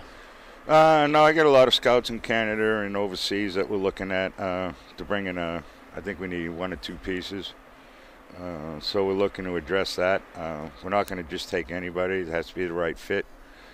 So, yeah, I think by the deadline in February that we'll have our pieces together and be on a playoff roll, hopefully. This is a hockey club that I mentioned is pretty much solid. I want to say solidly locked into third place. Now, there is the possibility with OKC maybe losing, and you've got some games where you can pick up at least 12 points with OKC, possibly moving into second place, but for the most part, locked into third. Does that change any of your philosophy right now, knowing that you're really not going to go anywhere? As long as you keep winning, you're going to stay in third place. You almost know who you're going to meet in the first round. So what do you do now to kind of prepare for the playoffs? Well, again, we just want to be hitting stride come playoff time. We're not really worried about where we seed. It does look like third. It could possibly, if things go our way, possibly second. But with the playoff picture in the Midwest, there'll be a 4-5 on a playoff. Everyone else will stay home that first week. And then the second week we'll go 1-4, 2-3. So no matter where we end up, it's going to be probably us in Oklahoma, whether we're at home or on the road. It's probably going to wind up pretty much us in Oklahoma. So that's obviously the team you're going to look at, and I know you scout them and you try to want to pick them apart. But what do you think the strengths are right now of the Springfield Express? Let's say you do go ahead and meet Oklahoma City. I still believe in our offense. I think we have speed. We pass the puck very well. Again, we just need to put pucks on net. I preach to these kids on the bench all week long in practice. Hit the net, hit the net, hit the net. So if we continue to preach that, work on that, and put pucks in the net and crash the net for rebounds, I think we'll be in great shape against Oklahoma. 178 goals for. Right now that's more than the Western Division.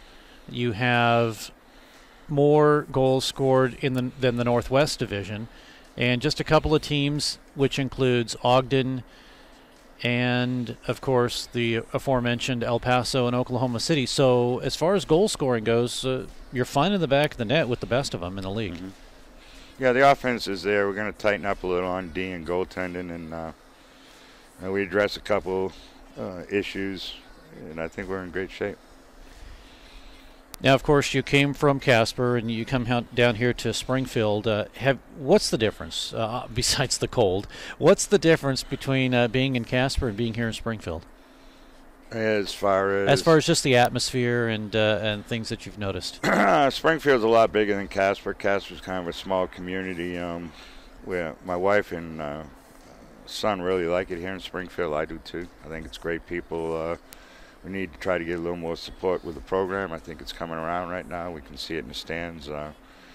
so we can get people out, you know, to root behind this team. You know, it's Springfield's team, and that's one thing we did have in Casper. You know, we're average about 1,000 fans a game in a small community, so you know, that really love their hockey. So hopefully we can continue that here in Springfield and start getting people to the games. Well, they say you want to be winning your games as you head to the playoffs, and that's, of course, what Springfield wants to do. And, you know, if you kind of get a sense of what the Express are all about, and you look at what they're going to have to do down the last few games of the season, they still have games against Wichita, and then you're going to have a big tough stretch with Oklahoma City, and that's where the Express can pick up some ground. You have Dallas, and then you have Wichita again. So really, if you look at the tail end of the schedule right now, it favors the Express because they're going to play teams that they've pretty much handedly beat over the course of the season, and then you have a chance to maybe solidify a playoff spot. So right now, if you look at the schedule, and thank the scheduler, I think you've got about a B-plus schedule going on right now. Yeah, we did.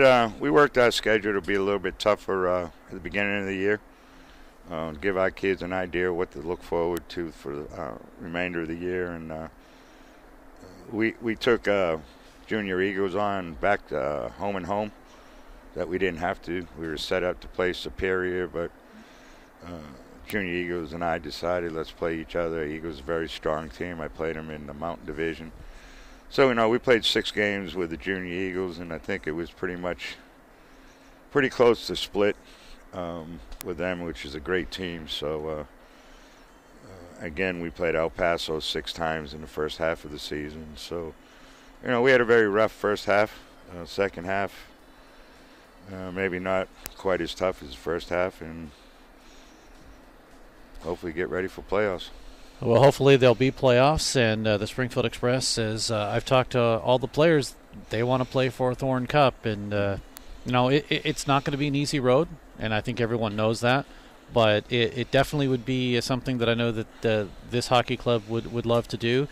Traditionally, no matter who it's been, whether it's management or coaches or whatever, this team traditionally has made it through the playoffs. Their biggest crutch, though, has been Oklahoma City. And that's been the team that I think hopefully Springfield can get past. And if it's going to happen, it's probably going to happen through the Oklahoma City club. Yeah, I think we match up good with Oklahoma City. Like I say, we played some tight games. I think we had 1 or 2 overtimes with them also. Then we lost the game.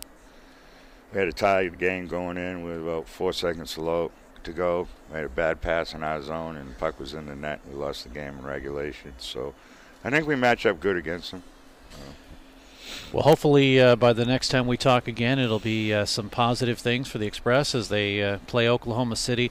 Back-to-back games. That starts January 26th at home here at Mediacom Ice Park. And then, the following weekend, they play again. The 4th, and let's see if I've got these dates right. That's right, the 4th, because that was that additional game that was put off because the teams were heading to the showcase. So there'll be one game on Sunday. It'll be a Sunday game on the 4th of February, and then the following week, 9th, 10th, and 11th, right here again at Mediacom Ice Park. So very positive. At least you have home games now to play Oklahoma City. It's in the Express's barn. That's where we want them. All right, John Ambrief, the head coach of the Springfield Express. John, thanks again for doing this, and we will take a break. We will be back. More hockey coming up in a moment.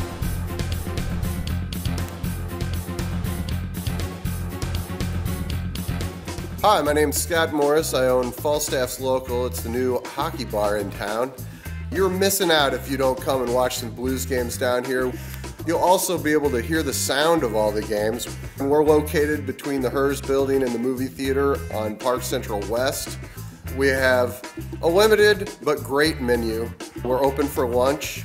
We are the hockey bar, so come and watch all the hockey games. We're going to cover MSU Ice Bears, the Springfield Express, and we may have some big-time NHL players show up. We are installing a train whistle down here. I think we're the only ones in town that are daring to do that. Please come and see us at Falstaff's The Hockey Bar.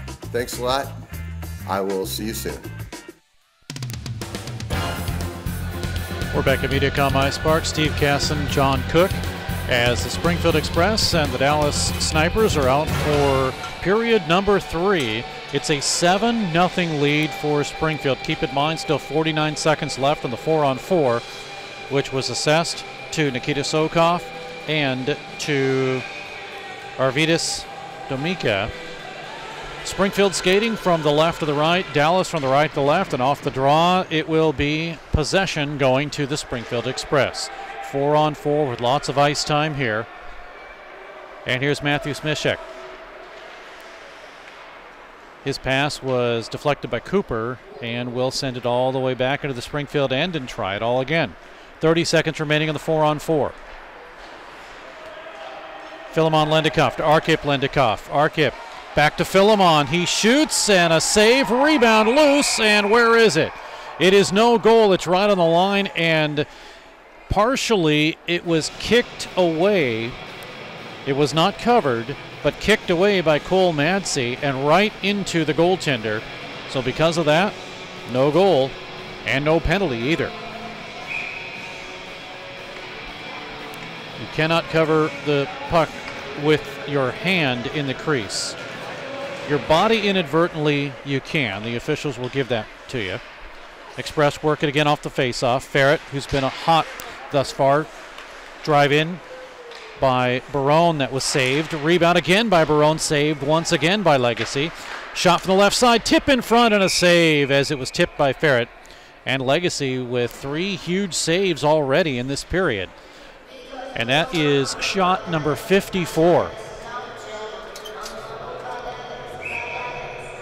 And the 4-on-4 is over. I know there's 1 second left on the game clock, but that's 1/10 of a second. At least on your scoreboard clock, I mean. So it is over, and here come the Express again off the draw. They win it, save, rebound, loose, Doring on the doorstep. The follow-up shot by Singeti is saved. Rebound dropped in low on the left side, but it's taken away and cleared. Here's a 3-on-2 for Dallas, and they dump the puck in. Chasing it is Pistek. Dallas works it. 7-0 Springfield. Here, and a shot off of the initial drive by Sterling Cooper. It's covered up on the second attempt and held onto by the Springfield Express starting goaltender and Chad Purdy. Second attempt by Pistek was stopped there. Shots 55-19 in favor of the Springfield Express. Cagnoni has 3 goals, Doring with 1, Anderson with 1, Singeti and Ekstrand. That should total up 7. Puck comes into the Dallas zone with 18:29 to go. Modine with it. Picks it up for Dallas. 3 goals back on October 20th and 21st versus Wichita. That's his only 3. Icing will be the call. Face-off will come back down to the Dallas end of the ice.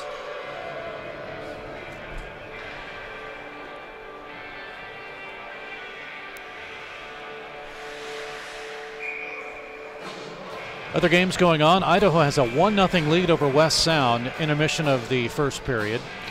And that is it. Other games are either in warm-ups or have not started.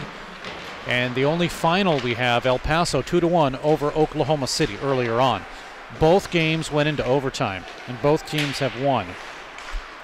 It'll be a good game tomorrow. Puck comes in, save as the shot from Houston was deflected off of the goal stick of Legacy. Line change for Dallas. They almost had too many men on the ice, but they did not touch the puck before they completed that change. Eaton will stick it ahead, but the Express send it right back in. Dominka. Back of his own zone. Arvydas with 2 assists versus Springfield last weekend, January 6th and 7th. That was in Dallas. This season he has 6 assists. Sokov now with the Russian line on. Low along the goal line. Gets it to Philemon Lendikov. Tipped in front by Arkip, and a second follow-up right in front is held onto by Legacy. 17:20 to go in the period. Mentioned goals earlier. Stefan Doring's goal at 5:45 of the first period. This one, at the time, made it a 2-0 game.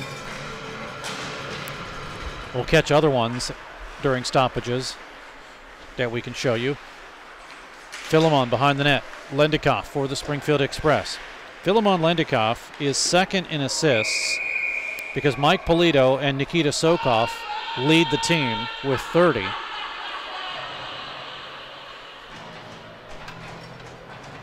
Good save there by Legacy, and we'll have a stoppage and play to his left. Face off to his left, that is. Dorn in for Dallas. For Springfield, it is Philemon Lendikoff. Lendikoff wins it, but the puck is cleared out to center ice. Here's Bird. Nice lead pass. Coming down the middle was Trenikim. Dorn is there. Stolen by the Express. 2-on-2. Now a 3-on-2. Philemon Lendikoff. Right side. Goes to the left. Philemon waits. He tried to pass it back to Arkip. It is deflected into the corner by Madsey. Now the Express work it again. 16:40 to go in the period. They have a 7-0 lead. They never trailed, obviously, in this hockey game. Yesterday they had a 1-0 lead, but then they were tied at one point. Then did not trail. Now they work it again to Sokov. Right side. Sokov shoots and a save. Gobbling it up is Legacy with 16:21 to go in the period. And that was, I believe, the 59th shot Springfield has put on Legacy. He has faced 360 shots, the most shots of the 4 goaltenders they have on their roster.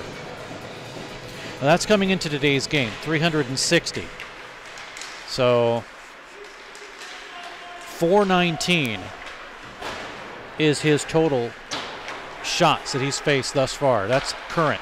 Here a shot that sails high off the stick of Sengeti. It's up the middle again. Pistek, can he clear it? He does. And the Express sent it right back in at the late offside. 16 minutes to go in the period. Puck cleared. Held in, tipped just wide as Doring got it. Shot sails wide again from the right side off of Barone's attempt.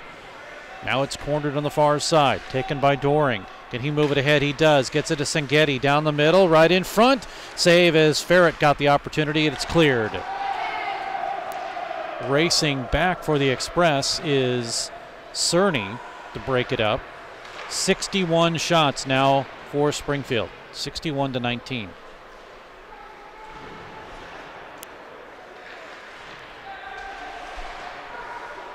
Near side. Puck bounces in, and it's covered up by Legacy with 15:11 to go in the period. Catching up on other goals. Anderson for the Express made it a 3-0 game. This one came off of a face-off.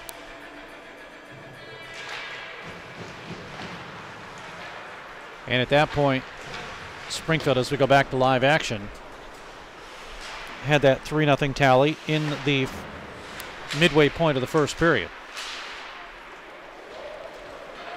Abraham to Eaton for Dallas across the line. Eaton pokes it ahead, and as he races in, Purdy is able to hold on to it. 14:50 to go in the period. During the period, had a chat downstairs. Chad Purdy said that yesterday's game was all on him, and he wanted an opportunity to redeem himself. So head coach John Ambrief said, "You're in," and he's made the best of it right now.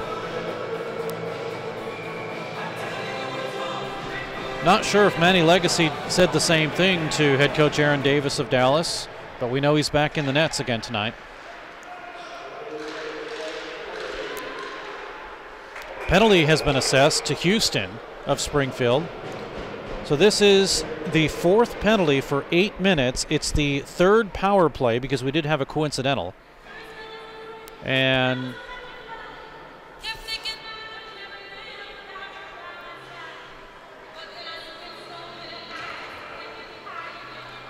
apparently we have a goal too.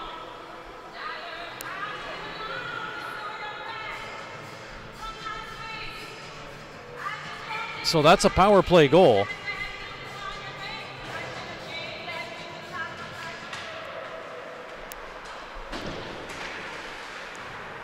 Vasek gets it. Berkehorn with the assist.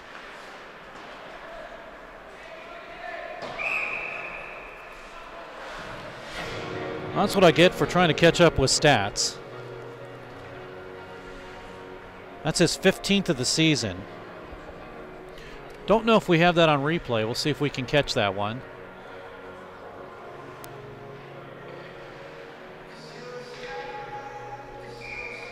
So here it is here. Good play by Vasek. Gets it low from the right side. By number 11, Yaroslav Vasicek. Assisted by number 90, Simon Birkenhorn. Time of goal scored in the third period, 14:41. So Dallas breaks the shutout. And I wasn't going to say those words, but I was thinking it. Meanwhile, we get a couple of players. Borlis upended with Arkip Lendikov. Here comes Borlis, breaks free, right side, tried to get a shot off, and it was deflected into the corner. This goal coming at 5:19 of the period.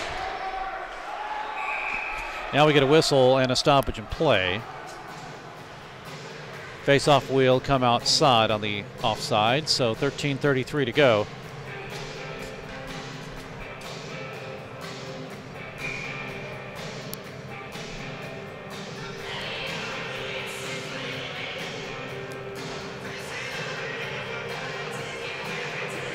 So the Springfield Express leads 7-1.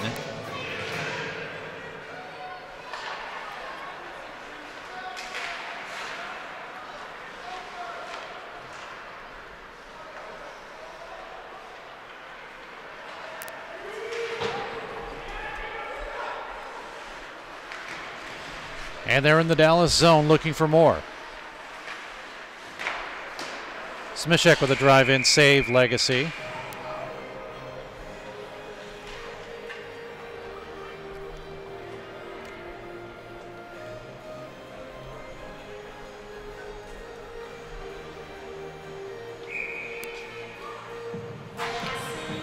Early on, the Springfield Express had a couple of posts that they hit. Otherwise, this would have been an even higher scoring game than it is right now. But Legacy has done a yeoman's work. He has, even though he's faced 62 shots, has done all he can to keep this from being a runaway game by Springfield. Express across the line. Now a shot in, held onto by Legacy. And now we had a couple of players, Doring and Bird, pushing and shoving. Oh, and then Bird with a stick up high on Ferret, but I know he was just skating across and trying to get away from things. And officials, I don't believe, are going to call any penalties. Earlier I mentioned about hitting iron. Here's one that hit iron. That was Polito.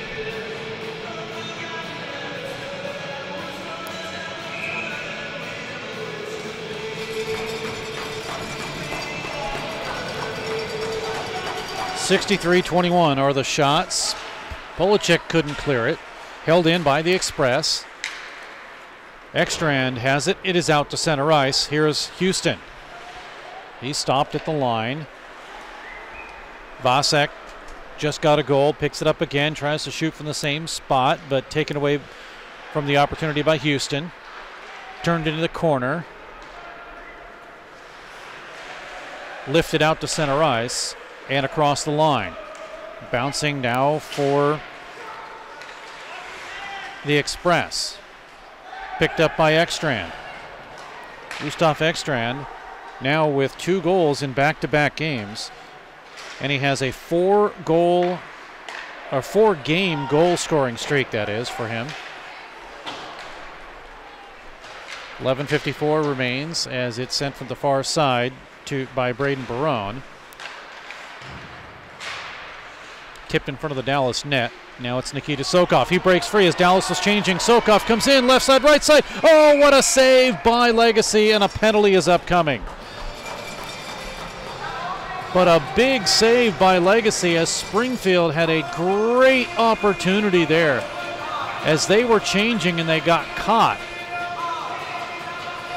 here starts the series. We'll take a look at the entire series where they got caught, and Sokov was able to race through. Well, that's actually a little bit too far. Slashing to DiBiase. I'll see if we can get a look at that a little bit later. But so the Express will go on power play number 1. And Express on the power play, they are 5th, 43 for 164. The penalty kill, 71% for Dallas. They've allowed 31 for 107. Express work the power play, high slot. Arkip Lendikov swings it over now to Szigeti. Up the middle to Philemon, or make that Philemon now with it from Arkip. Now Szigeti drive in, save, rebound loose, huge save. As Sokov got the shot and a big save there by Legacy. Express work it again, Sokov. He is hounded hard by Domika. Now Arkip Lendikov's pass intercepted, taken away by Dallas, and they are able to clear the puck out to center ice. 1:09 remaining in the power play. Springfield trying to work this one.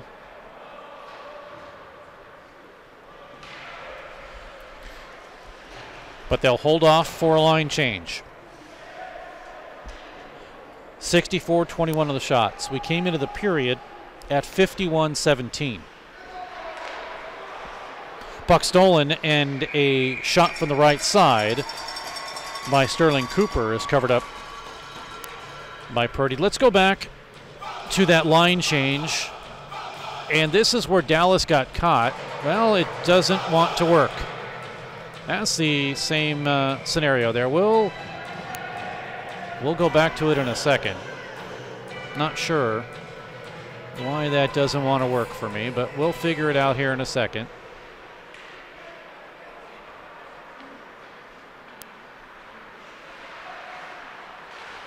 Meanwhile, Express working the Dallas zone again on the power play for 24 seconds. Shot, score! As Vigard Ferret gets the goal here in the third period at the 10-minute mark.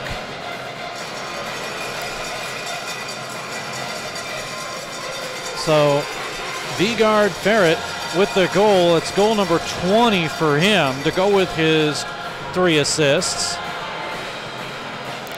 Smishek and Anderson with the assists. And it is now a 8-1 lead for Springfield.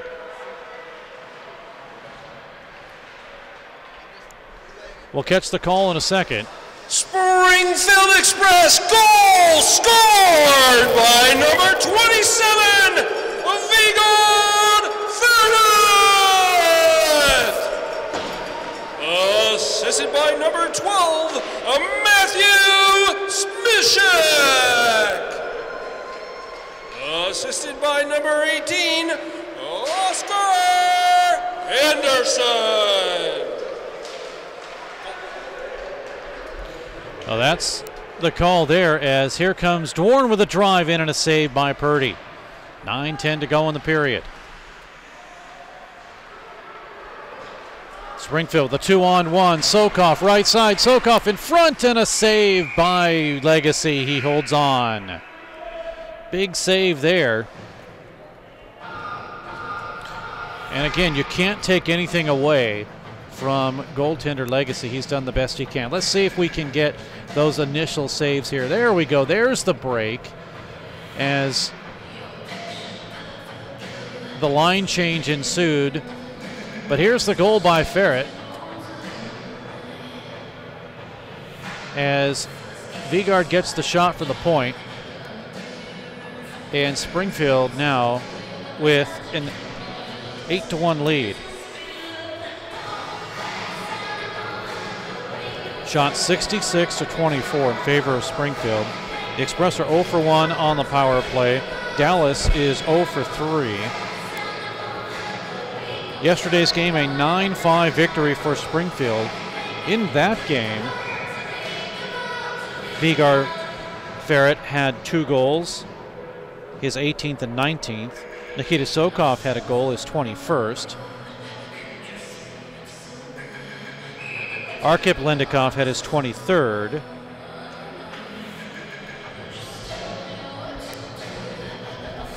The Express were 1 for 1 on the power play in yesterday's game. They only had 1 opportunity.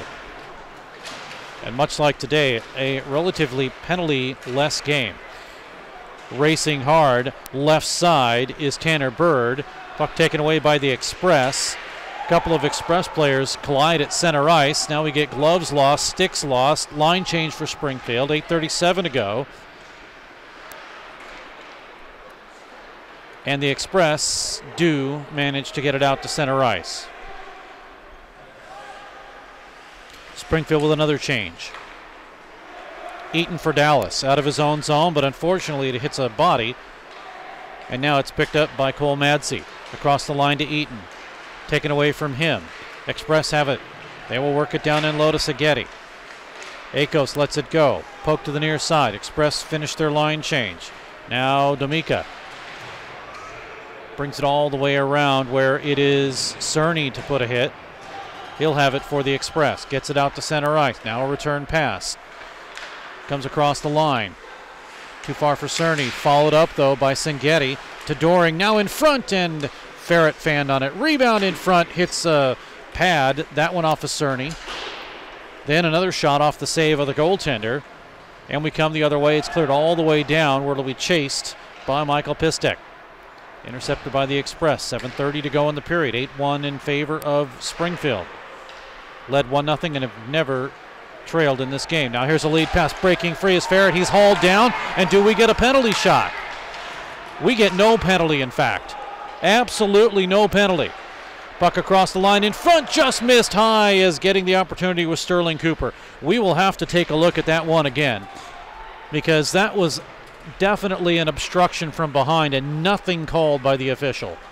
The referee tonight, Mark Marzola, called absolutely nothing there. So we'll have to wait and see if he's even going to call any penalties now as we get the puck sent all the way down. Icing will be the call. Let's take a look at that series again. As breaking free is Ferret, he's completely held down. Nobody in front of him. That should at least be a 2-minute penalty, if not a penalty shot. But nothing was called.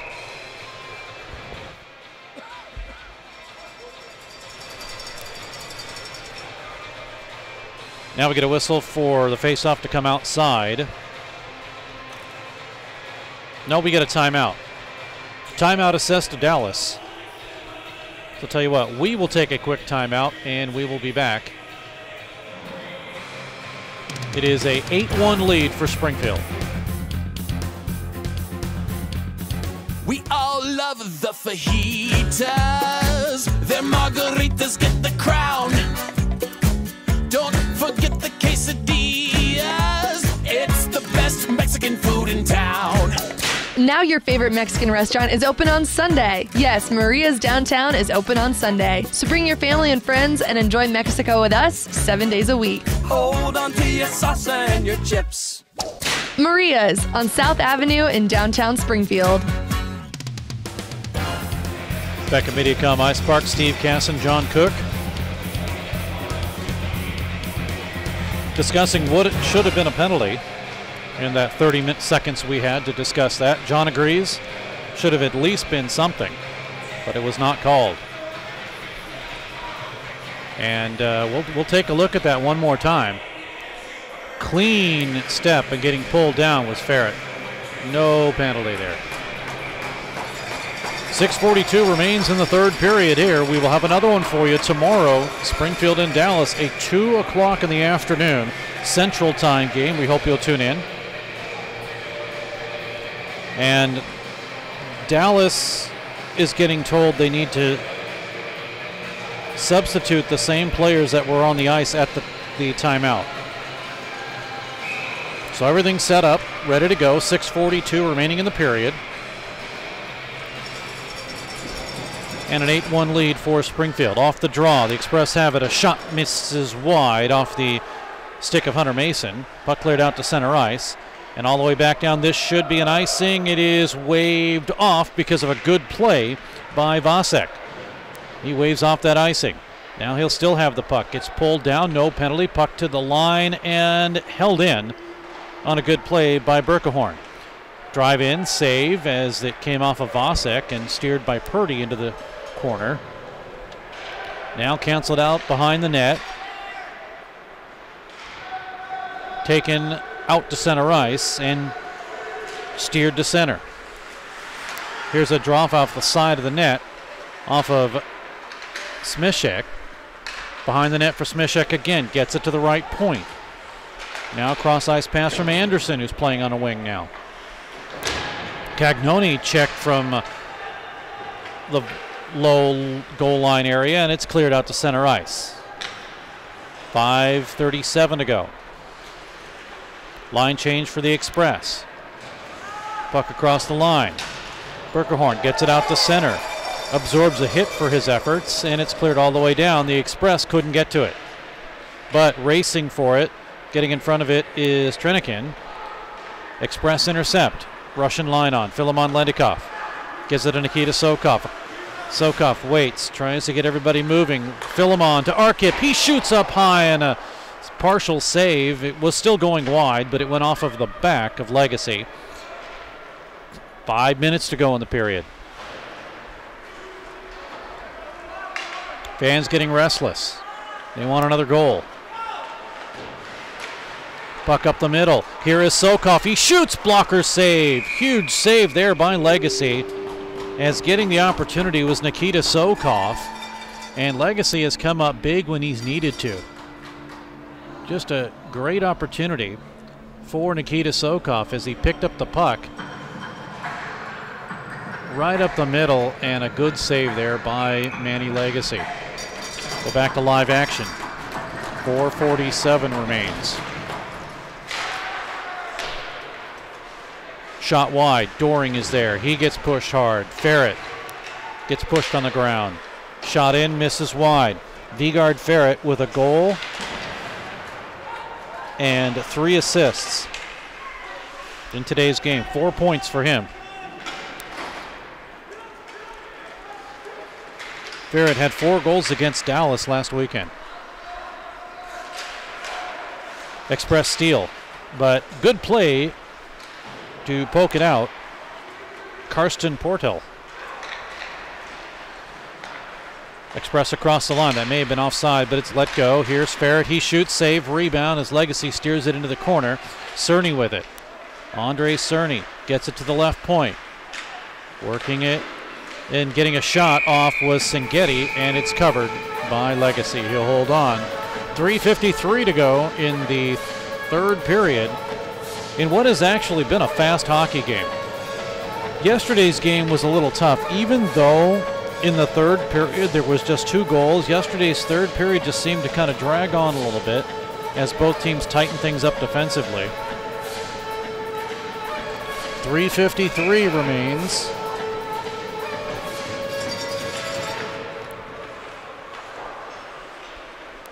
Cagnoni.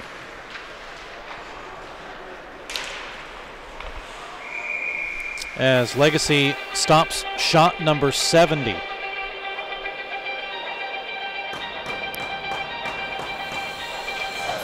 So Kyle Cagnoni,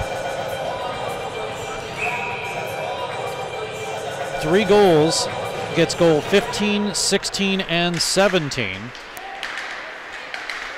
And here are the Express on the doorstep again, as Cagnoni was right there, and a good save by Legacy. Now 3:32. Springfield, left point. Smishek's shot sails high up over the glass.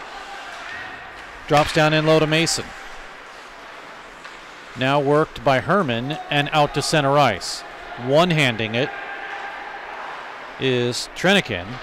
Shot comes in, sails high up over Purdy into the near side. Eaton couldn't keep it in for Dallas. Taken away by Springfield out of their own zone. Left to right across the line now. Here is Ekstrand. Left side, nobody there. Gets a shot off, goes to the near side point. Held in once again by Smishek. Smishek's last goal prior to the one that he got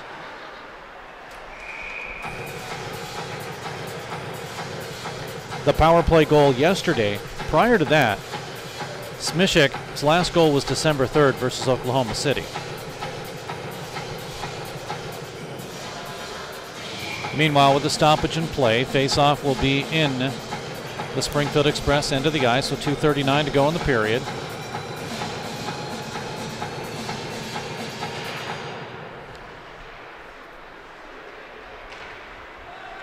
Sokov spins it out, held in by Vasek. Oh, it's offside. Came just outside the line. Face-off with an 8-1 Springfield lead. 2:30 left in the period. Will come outside the Express zone. So Springfield looks to improve to 16-12-6. Dallas 7-22-0. And again, if Springfield holds on to win, they will be 15 points behind Oklahoma City, who lost, but they do get a point because it was an overtime loss. They did win yesterday over El Paso. So right now, both teams with a split in the series in overtime. Arkip Lendikov trying to get around a man as he dragged it. It was taken away, though, by Cooper and cleared out to center. Spreading the ice are the Express. Philemon to Sokov. Nikita Sokov. He came down the middle. It was broken up, but here comes Philemon. He shoots, and it's gobbled up once again by Legacy just as he fell down. 1:49 to go in the period. 71st shot by the Express. That means 20 in this period. They had 31 in period number 2 on Legacy. Legacy came in with an 8.44 save percentage, a 723 goals against average, 360 shots, adds 71. That's almost 500 shots. If you look at 360 plus 71, you're in the 4-something range. Well, just a tad over 400, about 415. Near side boards with 130.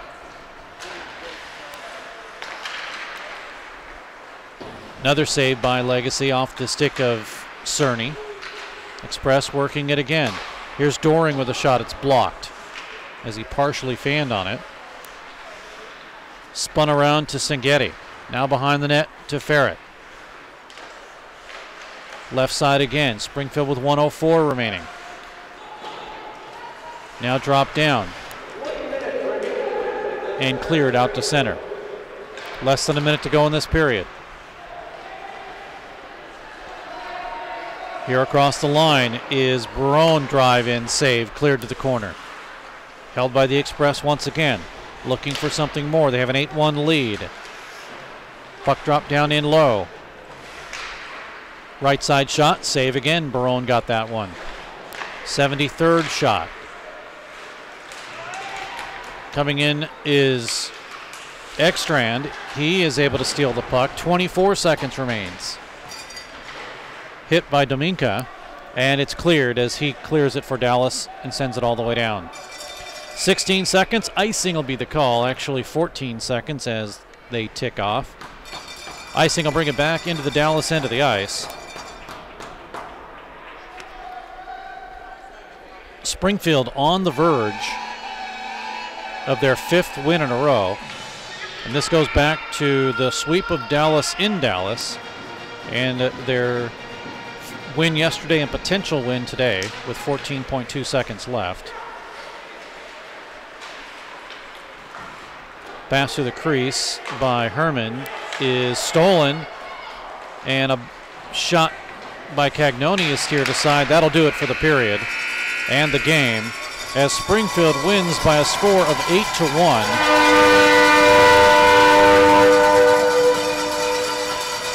"22 shots on Manny Legacy in the third period, 3-period total of 73.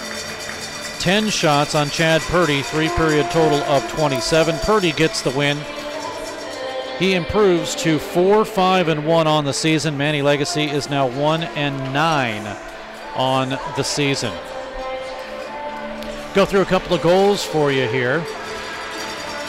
Stefan Doring's goal, the second goal of the game, is 21st of the season. And at that point, Springfield had a 2-0 lead. Then Oscar Anderson scores his 5th at 10:39. The assist goes to Cagnoni.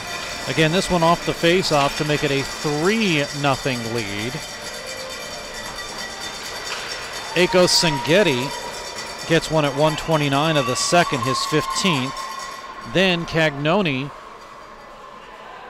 gets into the scoring at 14:01, his 17th. This is his hat-trick goal.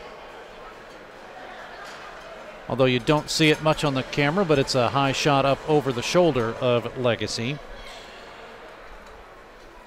Then here's the Sengeti goal at 1:29.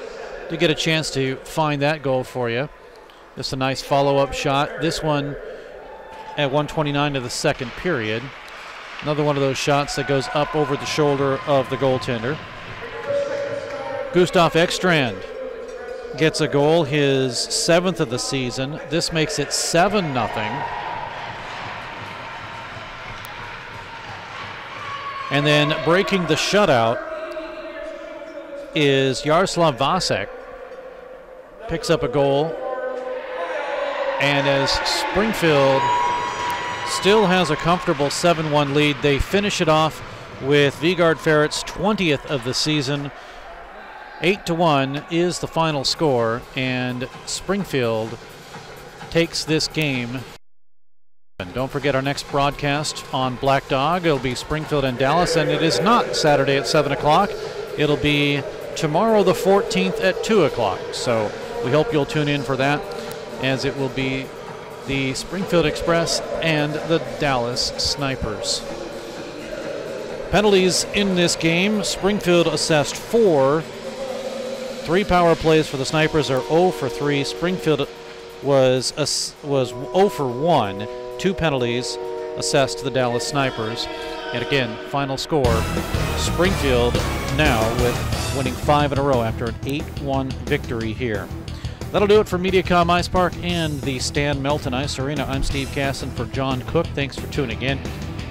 16-12-6 is now the Springfield Express's record as they move 4 games above 500. Aaron Davis's Dallas Snipers are 7-22-0 this season, and Springfield on the home front of things getting closer to that 500 mark. They're 5-6-4 at home, which is a little different for Springfield, who has been very successful here at MediaCom Ice Park. So hopefully they'll do it again tomorrow at 2 o'clock. We'll have it for you right here on Black Dog. Thanks for tuning in. Until tomorrow at 2 for the afternoon game, thanks so much for tuning in. We'll see you tomorrow. Good night.